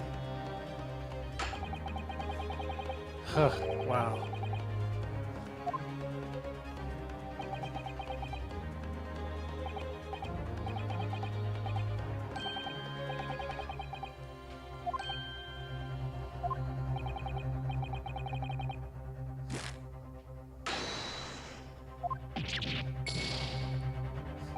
Wow. What is it? Jesus. I do feel like I've seen the shape of that burn somewhere before. Look through the court record again. Carefully this time. Yes, I will. Dude, I have no idea. This isn't an obvious thing right here.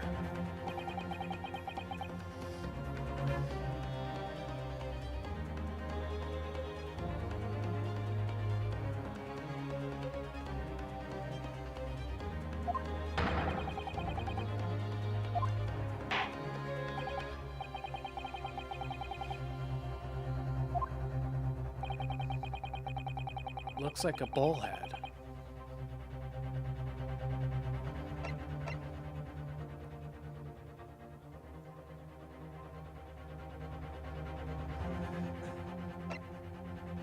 Is there a bullhead symbol anywhere?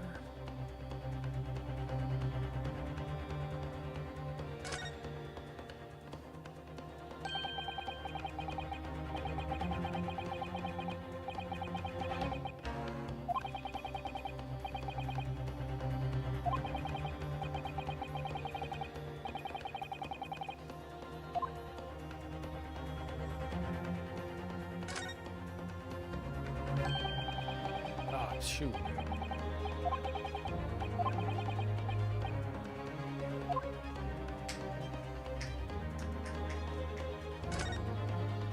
I don't think this is anything.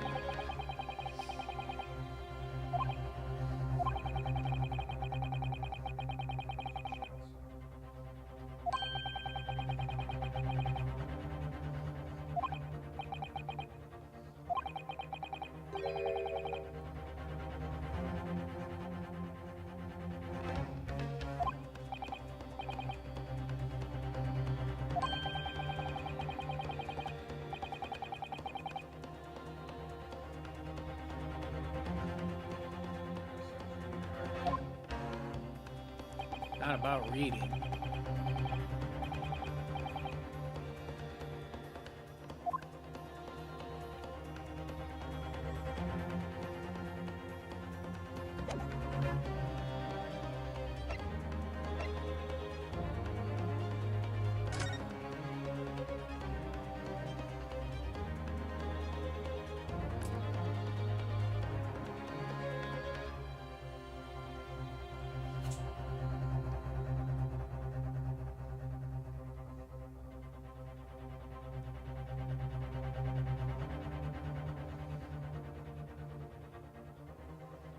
Boy, I'm like truly stumped.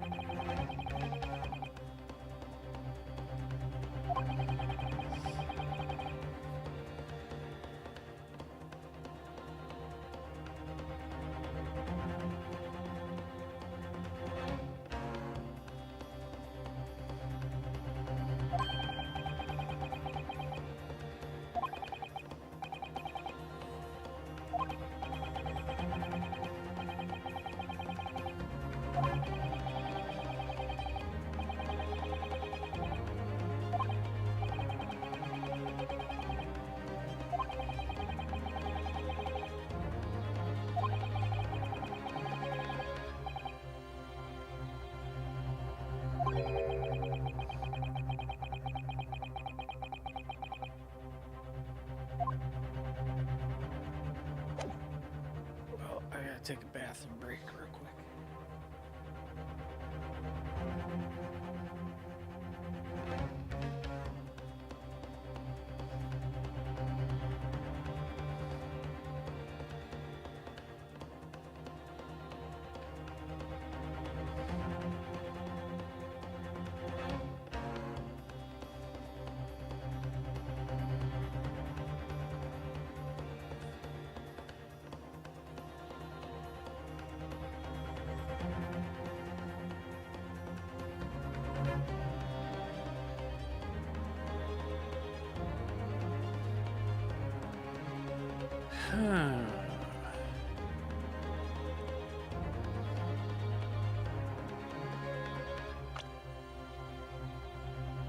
What could make that mark? It's a burn, but what could make the burn? Something that I've seen before, it said too.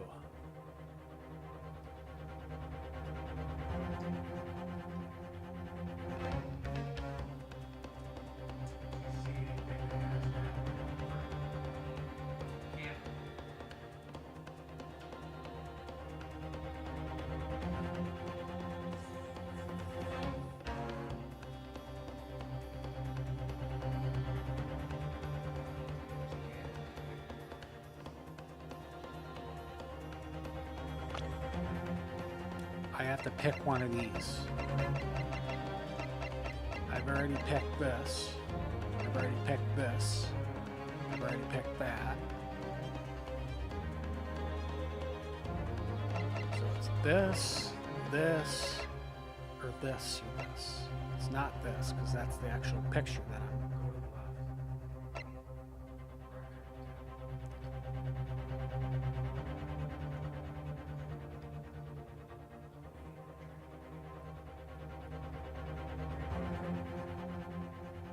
Which one?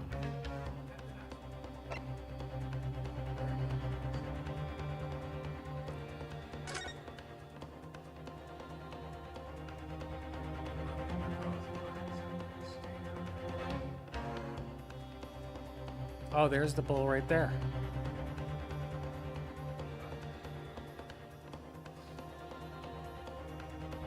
Nice. Yes! What's this, Counsel? Yet another print? Yes, Your Excellency. I believe photographic prints are an amazing invention. When we humans look at a scene, we miss things. But in a photograph, things we may have overlooked at the time are recorded forevermore. Do hurry up, rookie. What are you trying to say? To inconvenience this poor lady any further would really be quite inexcusable.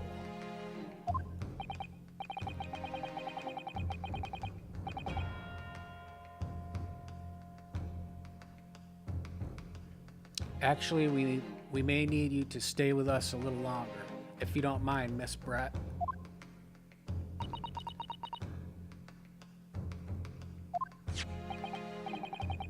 You see, it's very clearly visible in this other photograph. How did the victim come to have this unusually shaped burn on his wrist? The reason is recorded here forevermore. What? How? Objection! You can't fool me with your little bluffs, boy. If that's your game, then let's see how it plays out. Show the court exactly what you mean. What is it with this photograph that explains the reason for the victim's burn?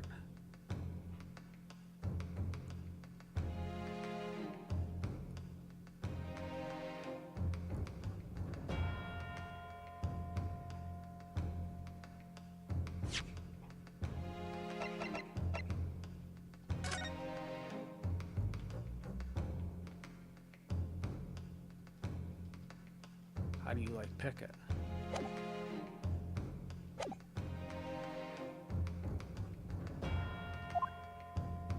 Oh, here we go. Nice. Yes! The beefsteak, actually the point is the metal plate the steak was served on. The plate? Your Excellency, are you all right? As you can see, there's an emblem on the plate. I would guess it's some sort of trademark of La Carnival.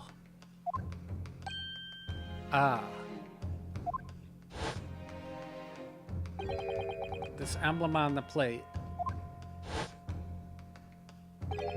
and the victim's burn are exactly the same shape. Ryunosuke, you're genius. You're spot on. Which means The victim must have suffered this burn while he was present at the restaurant. Objection! Objection. But even if that is the case, we can't know if it happened on the day in question or not. It could have been the day before or the day before that. It has most likely happened at some other unrelated time. Well,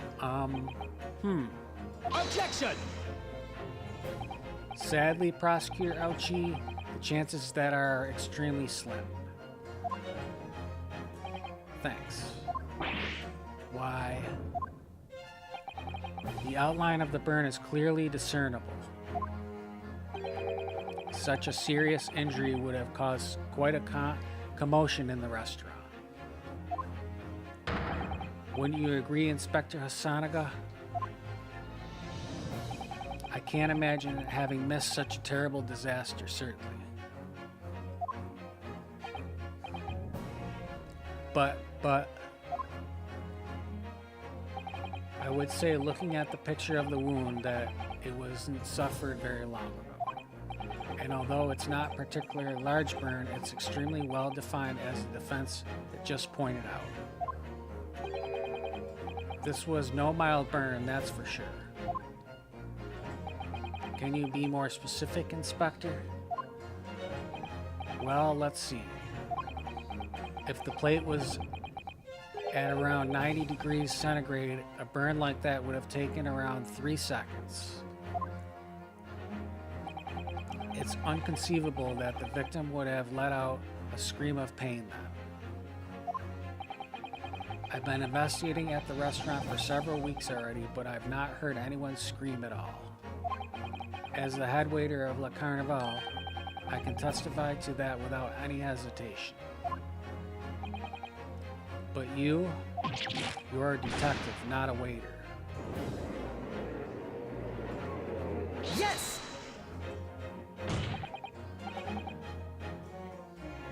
There you have it. Something isn't right here. As the detective said, anyone who burnt themselves on a piping hot plate for 3 whole seconds would scream in pain. There's no question of that. And yet, Inspector Hasanaga never heard the professor scream, not on that day or any day before. That's right, and the strange thing is, on the day he was shot, I didn't hear him cry out either.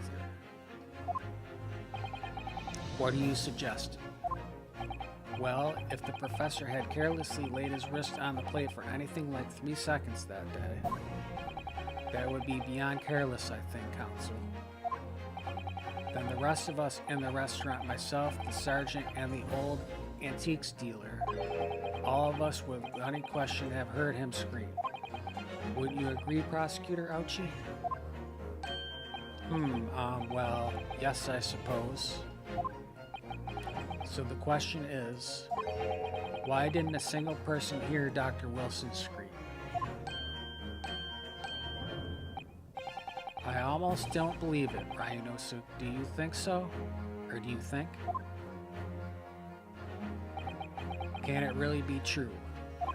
I never dreamt we'd arrive at a conclusion like this, but I'm starting to think that maybe we've been led into a terrible trap.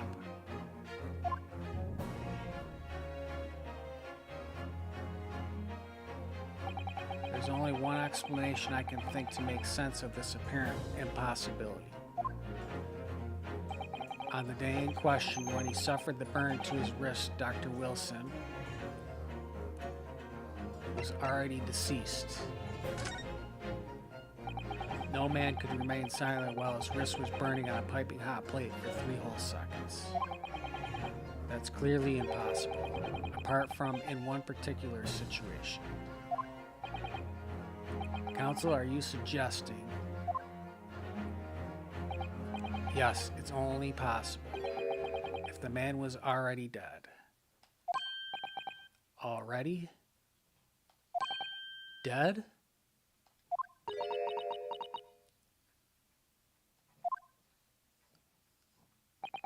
Knowing what we know now, it's the only possible explanation. When the beefsteak was brought to Dr. Wilson's table that day, the professor was already dead. That's madness.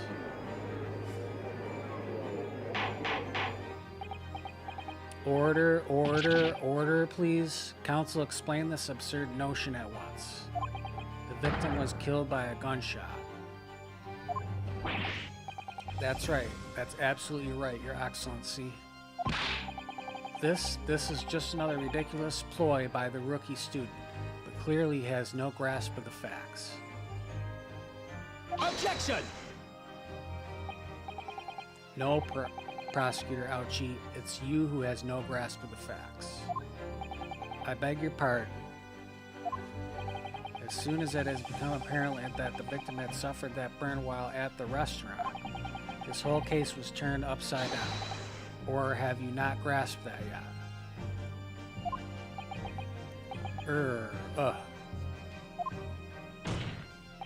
Your Excellency, the court must hear from this witness again. If it's true, as we now believe, that the victim was only dead before the gunshot was heard, it's highly likely that Miss Brett knows something about it. Incredible. I certainly didn't anticipate this twist of events. I'm sorry to say, Miss Brett, that you will have to forget your luncheon engagement.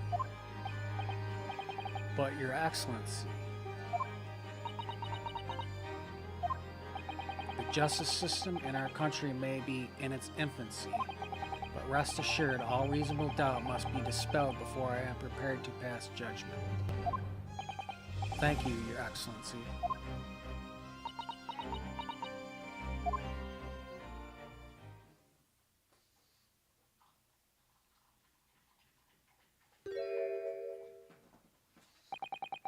What was that smile? Yes, of course. I mean, I'd be delighted to help. Especially if it helps relations between my country and yours.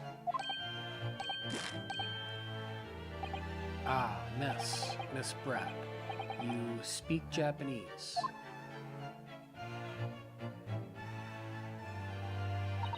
Well, of course I do. I am studying in your country after all. But then why have you been speaking through an interpreter until now? My mother tongue, the Queen's English, is the most refined and elegant language in the world. As gentlewoman, I try to avoid speaking in your vulgar tones as much as possible.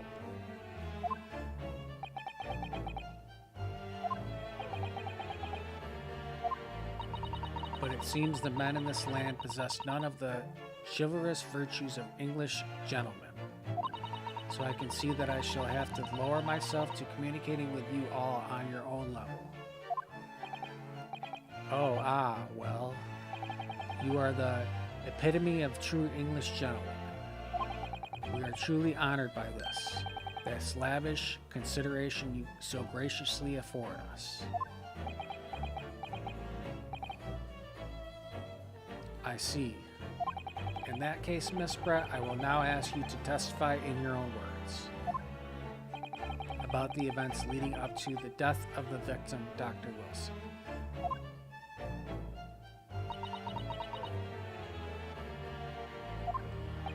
So, we're finally going to hear her in her own words on this matter. Things are getting interesting, Ryunosuke.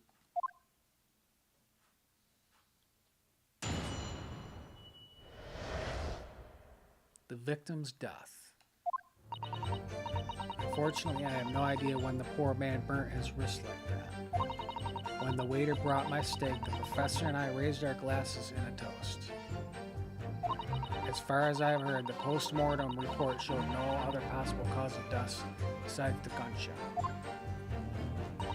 If there's some other way a man's life can be taken without leaving a trace, please do show me.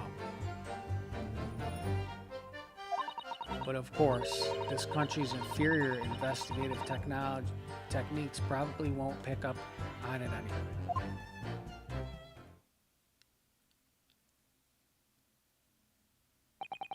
That most captivating and beautiful testimony will go down in the Supreme Court's history. Thank you. Easy does it. I hope that is the last time I will have to sully my lips with the coarse tones of your unbecoming tongue. Oh, forgive me. I do hope I haven't insulted anyone. No, not at all. Not at all. It is a delight merely to hear you speak, dear lady. And it seems very clear from your testimony that this boorish talk of the victim's burn is utterly irrelevant. I will be speaking to your country's Minister of Justice about what happened here today.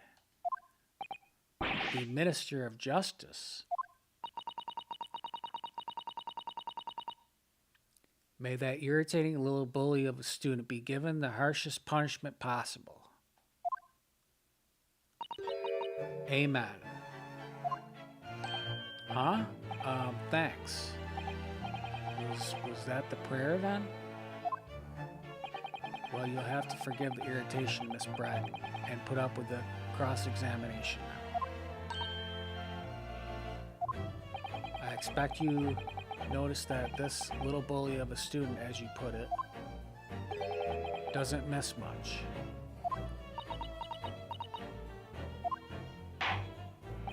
I'm sure I don't need to remind you, counsel, that this will be your final cross-examination in this trial. If you fail to demonstrate any problems with this testimony, with this witness's testimony, I will be ruling on the case immediately. Is that clear?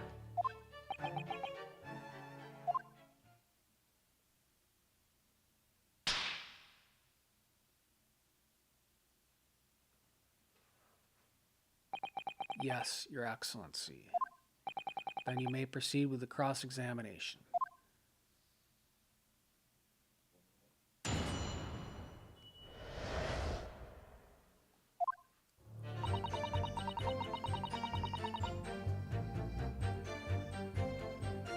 Yes!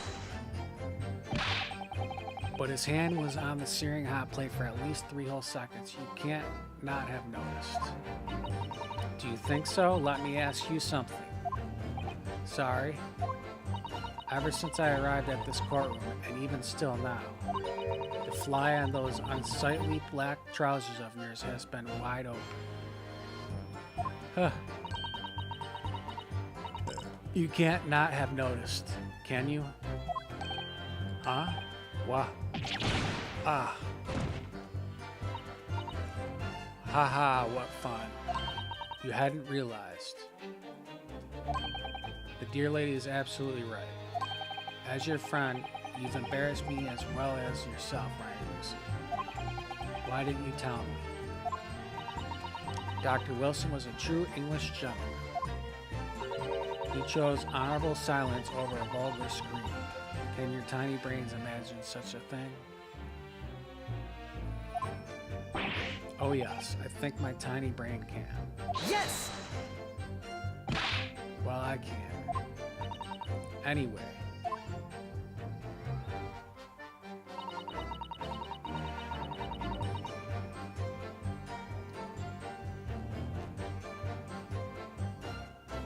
Yes! As you testified before, you were drinking carbonated water, is that right? Dr. Wilson was the only one permitted to drink water at that time, if you remember. Which explains why he ordered that drink, correct, waiter? Exactly as you say, sir. Although, whether or not the professor actually drank any of the water when I delivered the steak to the table, I'm afraid I don't remember that. Huh. Damn you. I have enough English to understand that at least. For the benefit of others in the court, it means blushing. I think it means the exact opposite. Anyway,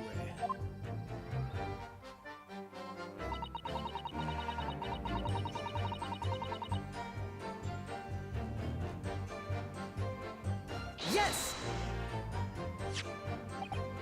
Yes, it's written here in the paperwork. Fatal hemorrhage from ballistic trauma.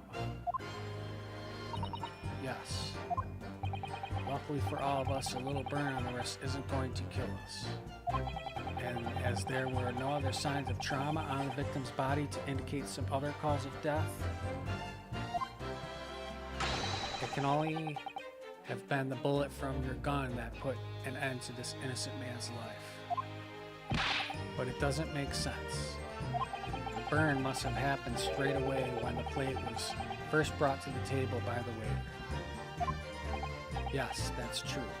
If it had cooled even slightly, it wouldn't have been able to make a burn like that. And if the victim's burn his wrist on the hot plate as soon as it was brought from a kitchen, then he must already have been dead at that point. Objection! And yet the fact is that the victim was killed by a gunshot to the chest. Until you're able to show the court evidence to prove that, this is a complete waste of time. I concur. Prosecutor Auchi is right.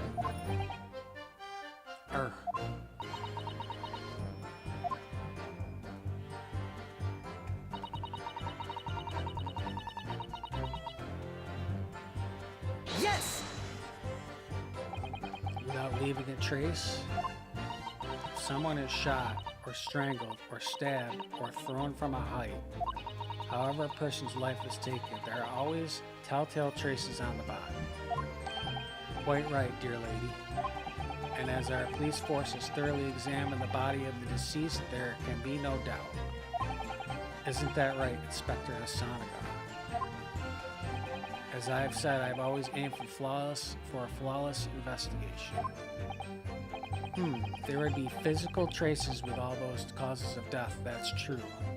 But maybe there's some other way of killing someone that doesn't leave a mark. If heaven forbid you doubt me, young man, you're going to have to tell everyone how exactly you think the professor did lose his life. Otherwise, I'm afraid your argument falls rather flat, doesn't it? Oh no, perish the thought, calling such a sweet young lady's innocent into question. On my honor, Taketsuchi Auchi will cut down any who dare cast such aspersions. A way of killing someone that leaves no trace. We need some evidence to back us up here. Yes, evidence. But of course, this country's inferior investigative techniques probably won't pick up on it anyway. Yes! Inferior, what do you mean by that?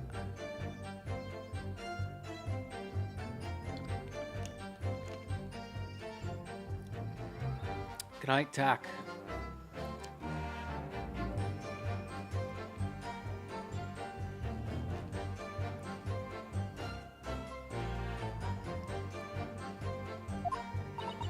In the lands of Great British Empire, the police store everything found at a crime scene for later examination. But in this country, you investigate once, and that's the end of it. Isn't that so? Quite right. The Carnival is open for business as usual today, just days after the incident. Exactly, which means that even if the investigation takes a different direction, vital evidence may be lost. It does even occur to your naive detectives to try to preserve the crime scene. Am I trying to be as tactful about this as I can? You understand? I'm trying to be as tactful about this as I can, you understand? Haha, killer blow. The lady is formidable as she is beautiful. Amazing. He's actually admitting our own police may be flawed. Perhaps Prosecutor Auchi is finally starting to see sense. I very much doubt that. Still, there's something about what Miss Brett just said. There was a moment before when something didn't seem quite right.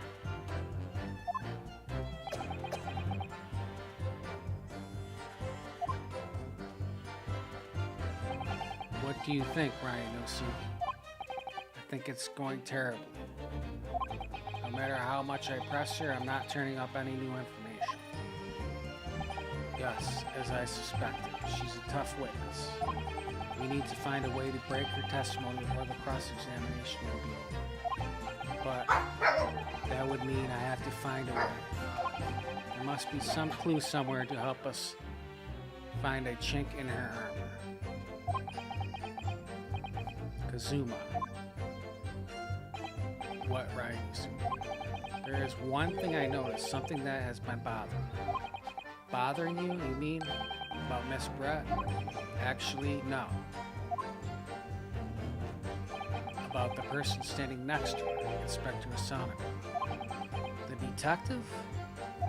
Yes, he seemed to react a little strangely to Miss Brett's last statement.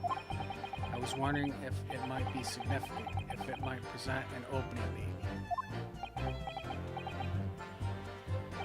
Alright, I have no idea. Or I have an idea. Try pressing her on that last statement one more time. You think so, but this time instead of targeting the woman herself, let's see what we can get out of the detective. Alright then. I wonder what Kazuma's thinking. I'll find out soon enough, I suppose, once I press Miss Brett on her last statement.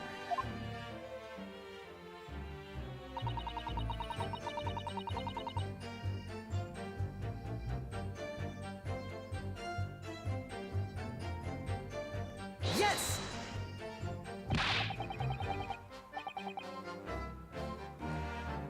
Put his hand on the steering hot plate for at least 3 whole seconds. You can't not have noticed. Do you think so? Let me ask you something. Sorry? Ever since I arrived in this courtroom and even still now, the fly on those... Can't not have noticed it. Huh. What? I gotta go back to those statements. Ah, what fun. You hadn't realized. The dear lady is absolute. As your friend, you've embarrassed me as well as yourself, Ryunosuke. What didn't you tell me? Dr. Wilson was a true English gentleman. He chose honorable silence over a vulgar scream. Can you tiny brains imagine such a thing? Oh yes, I think my tiny brain can. Yes! Well, I can. Anyway.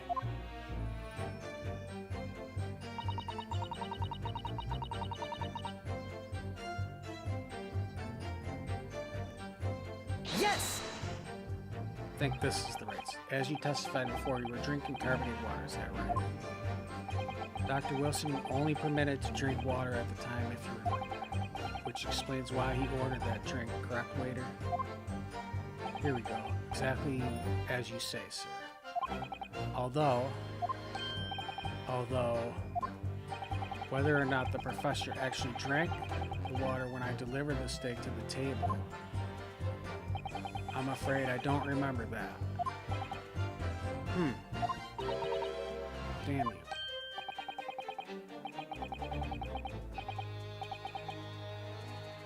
I have enough English to understand that at least. For the benefit of others in the court, it means bless you. I think it means the exact opposite. Anyway. As far as I've heard, the post-mortem report showed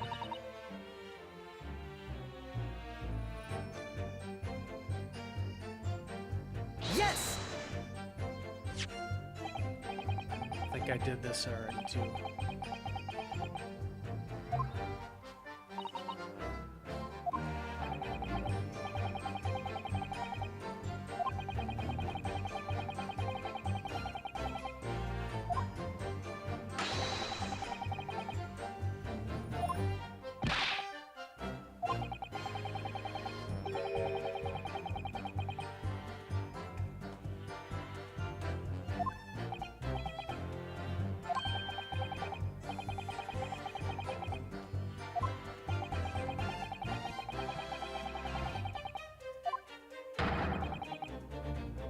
Objection!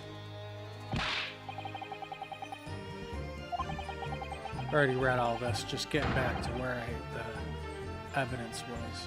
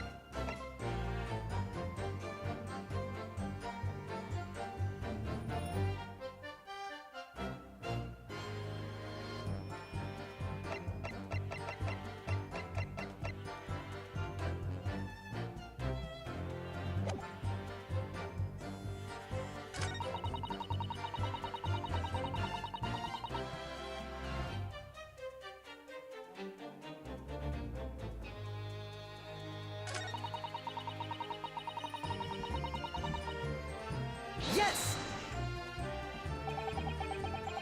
Without leaving a trace. If someone is shot or strangled, oh, I already did this too.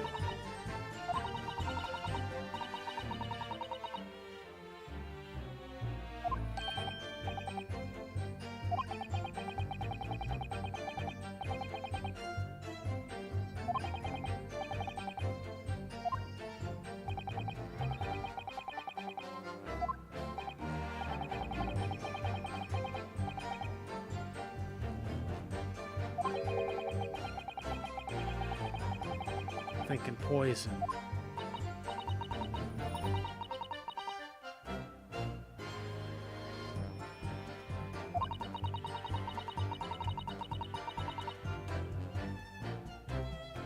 You're gonna have to tell everybody how exactly you think the professor did lose his life.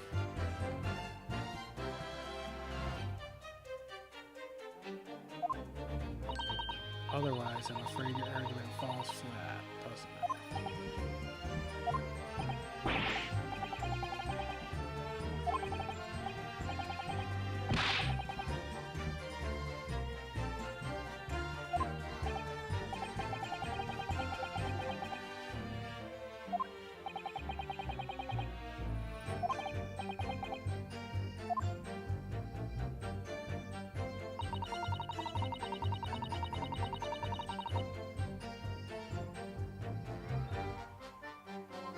Yes! Inferior, what do you mean by that? In the lands of the Great British Empire, the police store everything found at the crime scene for later examination. But in this country, you investigate. Oh, I already did this too.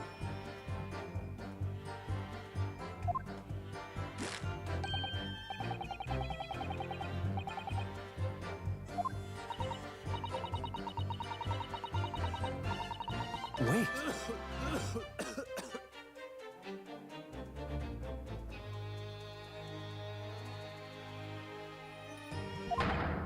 Yes, there it is again. The detective's reaction is just the same as before. Why? Nice. Up until now, the detective has been in the stand with Miss Brett as her interpreter. But things are very different now. For this testimony, the detective is just listening to what the Englishwoman has to say. This could be a golden opportunity. What do you mean? When people are actually testifying, they're usually very careful not to let anything slip. However, when they're listening to someone else speak, you'll find they often let their guard down. You're right. Look at him. He's lost in his own thoughts. It's time to pursue the man and his train of thought. Sorry, pursue? I'll explain how to do it now, Ryunosuke. It's all to do with the witness marker.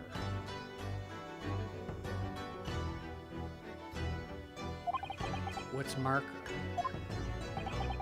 At the moment, we're focused on Miss Brett, who's the person actually making the current statement.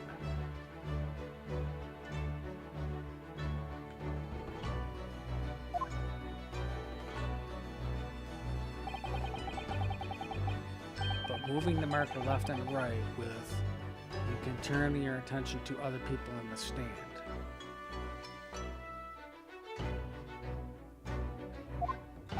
While you're looking at the other witnesses, you'll be able to pursue them with A. If you catch the person at just the right time, you might uncover some new information to pursue. If you ever notice a strange atmosphere amongst the people on the stand, take a good look around. Alright then, so first I should move the marker across with the D button and focus on the detective. Then pursue him with A and see what's on his mind. Here we go. Exactly, which means that even in the investigation takes a different direction, vital evidence may be lost. Excuse me. What's the meaning of this?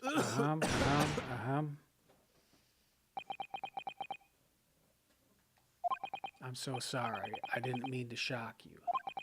He really is lost in his thoughts deeply. It looked like you were thinking somehow just now, or something just now, Inspector. Looked like you were thinking something just now, Inspector. Perhaps having heard what the lady next to you had to say. If there's something you'd like to say, please share it with the court. Objection! What is the meaning of this? It's the delightful Englishwoman who's testifying at the moment. If you can't find fault with her testimony, then the cross-examination should be over immediately. Oh, is that how it works? Absolutely not. The detective is in the stand, which makes him a valid witness. Yes, not to mention the fact that he's intimately involved in the case. Intimately. Inspector Sonaga? Yes. Do you have something to add in relation to the statement just made by Miss Brett?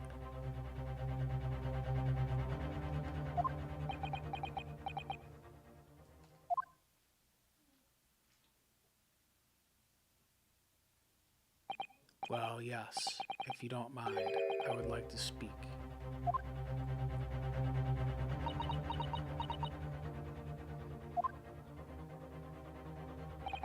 The lady is right. Our country's police practices are not as modern as those used in Great Britain. Which is why I, Satoru Hosonaga, always strive to make every investigation I'm involved in flawless. What do you really mean by that?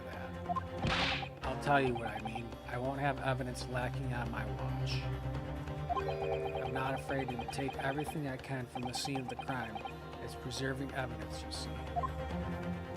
I don't care if they call me a crime scene thief. I'm not ashamed of what I've done.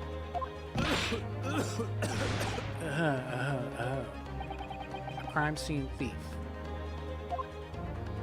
Well, it looks like the lady's remarks touched a nerve there.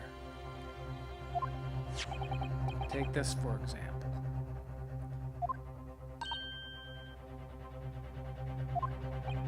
Is that? This is the bottle of carbonated water that I took from the table on that day in question. And yes, it lost all of its fizz having been opened 3 days ago now. But it was carbonated water. I don't care what anyone says. Yes, there's some left in the bottle. I can see it. One day our police force will be among the best in the world. The time is coming, I guarantee it.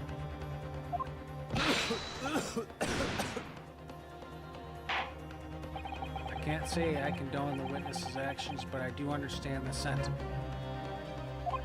The court will accept the glass bottle of water as evidence. The carbonated water bottle has been entered into the court record. Miss Brett? Can you confirm this indeed the bottle of water from which you drank on the day of the victim's death? Yes, it was that bottle. What was that about? She seemed to avert her eyes when she answered the question.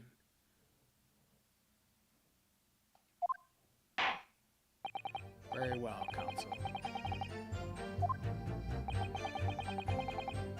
And the inspector will kindly control his fervor.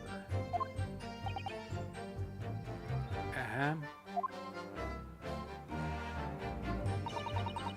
Fortunately, I have no idea when the poor man burnt his wrist like that.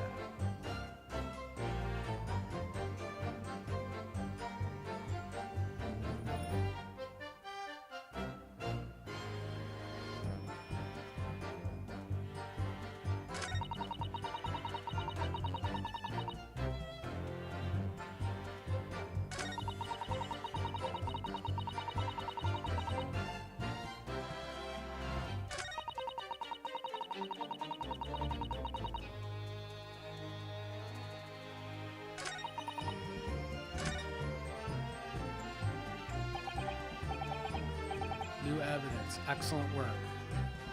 I never even thought of pursuing another witness over the current witness's statements.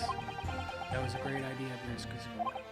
Well, it was all thanks to noticing that detective had reacted strangely to what the lady said. I've never had guessed he had all the bubbling away under the surface. To be honest, you keep surprising me at every turn. Sorry? Oh, never mind. So we know that Dr. Wilson was killed at around the time the steak was brought to his table, and by some means that left no physical trace on his body. If we could just demonstrate how it was done. Well, I do have an idea about that, about how the professor was killed. Maybe I should just present the evidence and see what happens.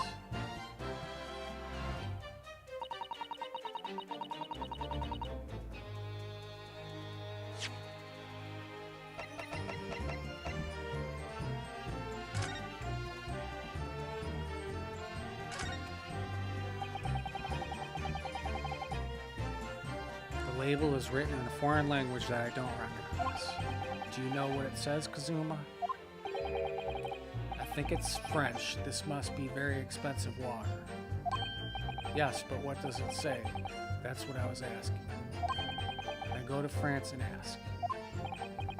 You could just say that you don't know.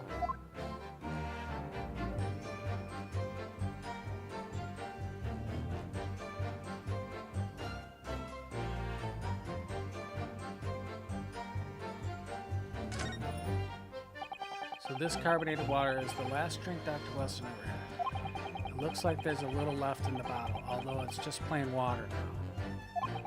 You know, I've been sweating so much I'm absolutely parched. I'll just have a sip to keep me going. No, Ryunosuke, you can't do that. For one thing, that's evidence. You can't go drinking evidence. Oh no, you're right. We don't know what might be inside, do we? Never cease to amaze me, Ryunosuke. In more ways than one. I wonder, could there be anything in this water?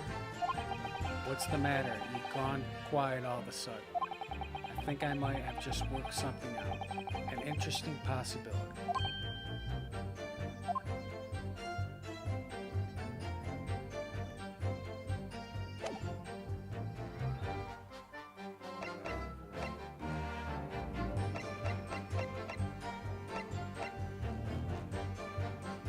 Yes! That statement contradicts the facts demonstrated by this evidence. As far as I can tell, there is nothing untoward about this evidence. But that, pull yourself together. You look as though your eye. Oh man, are you kidding me?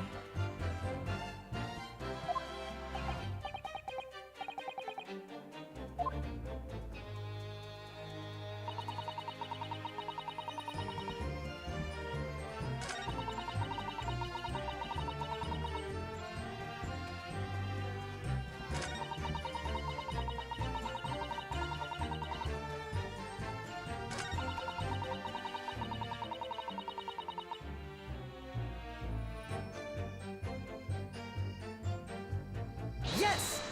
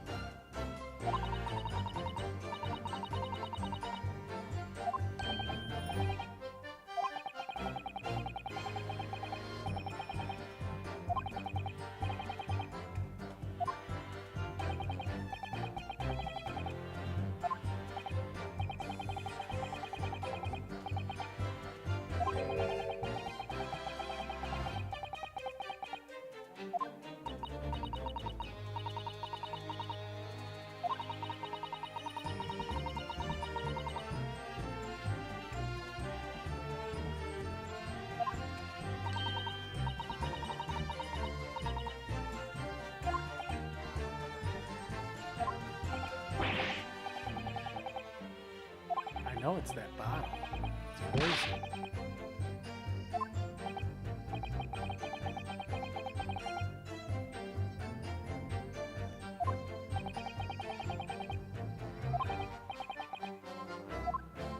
I only got one more pick.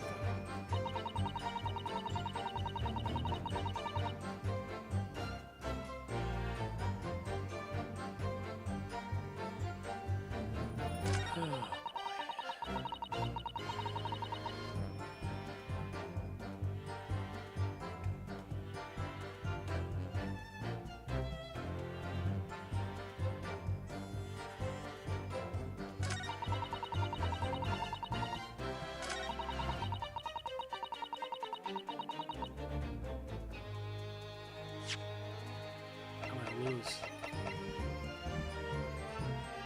Yes! What is this? The bottle of water?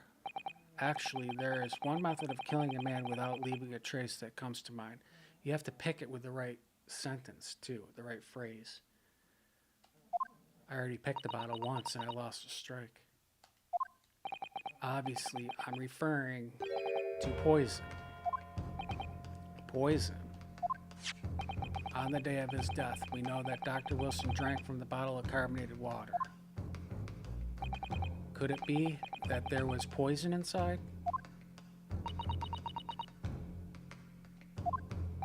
Could it be that the professor actually died after taking a sip from his glass?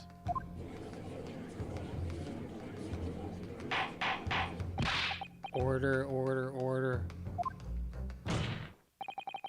And on that day, who was sitting at the same table as the professor and able to sip the poison into his drink?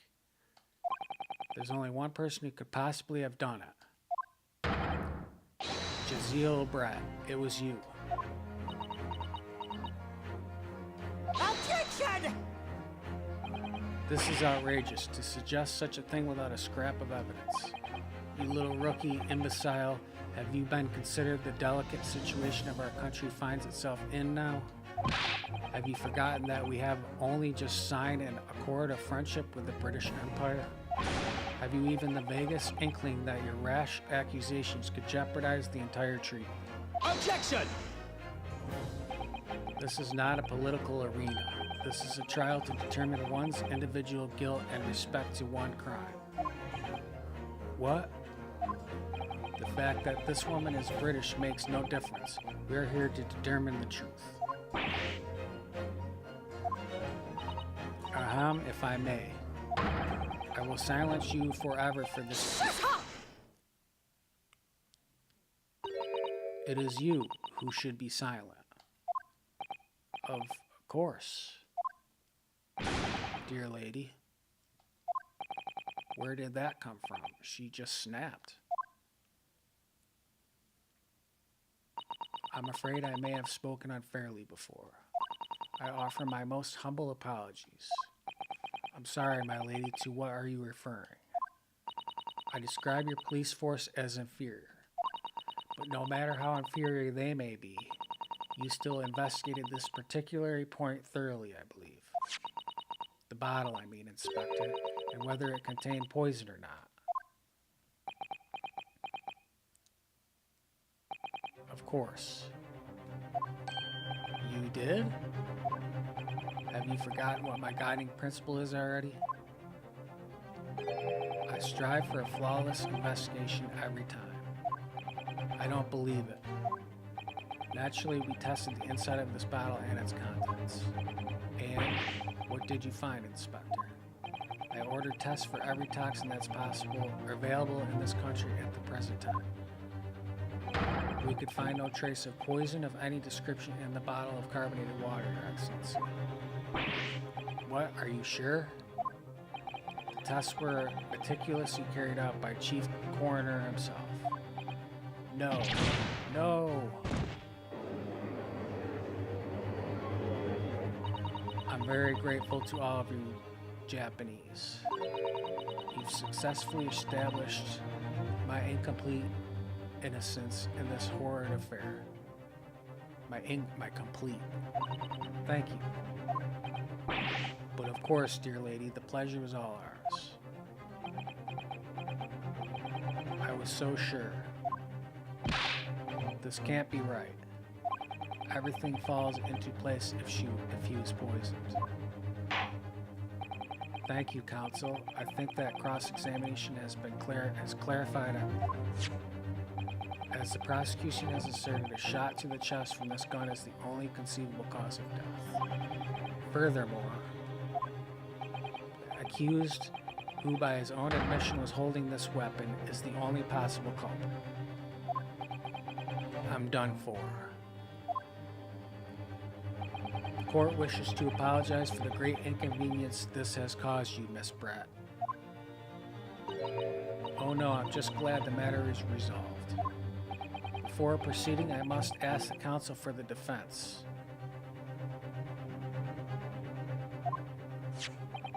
Do you have any further new evidence to present the court at this point? Kazuma?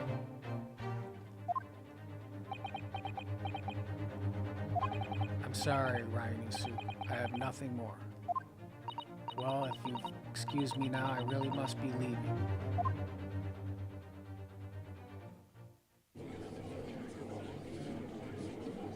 Hold it!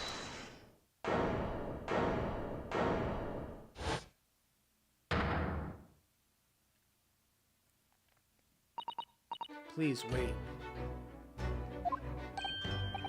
Isn't that... What is the meaning of this? Forgive me for intruding on the court proceedings, Your Excellency. Susato Mikotoba, Judicial Assistant to the Defense. Mikotoba? In my darkest hour, with nowhere left to go, she appeared like a bolt of light. And in her hand, she carried a small package wrapped in a furoshiki cloth.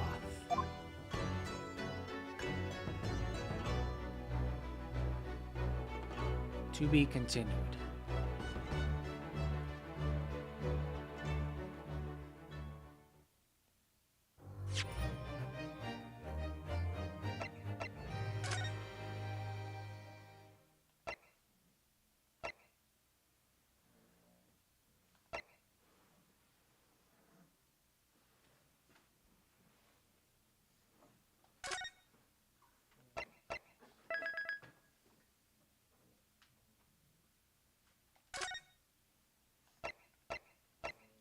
Alrighty, I'm done for today. Thanks for watching. Like and subscribe if you liked what you saw.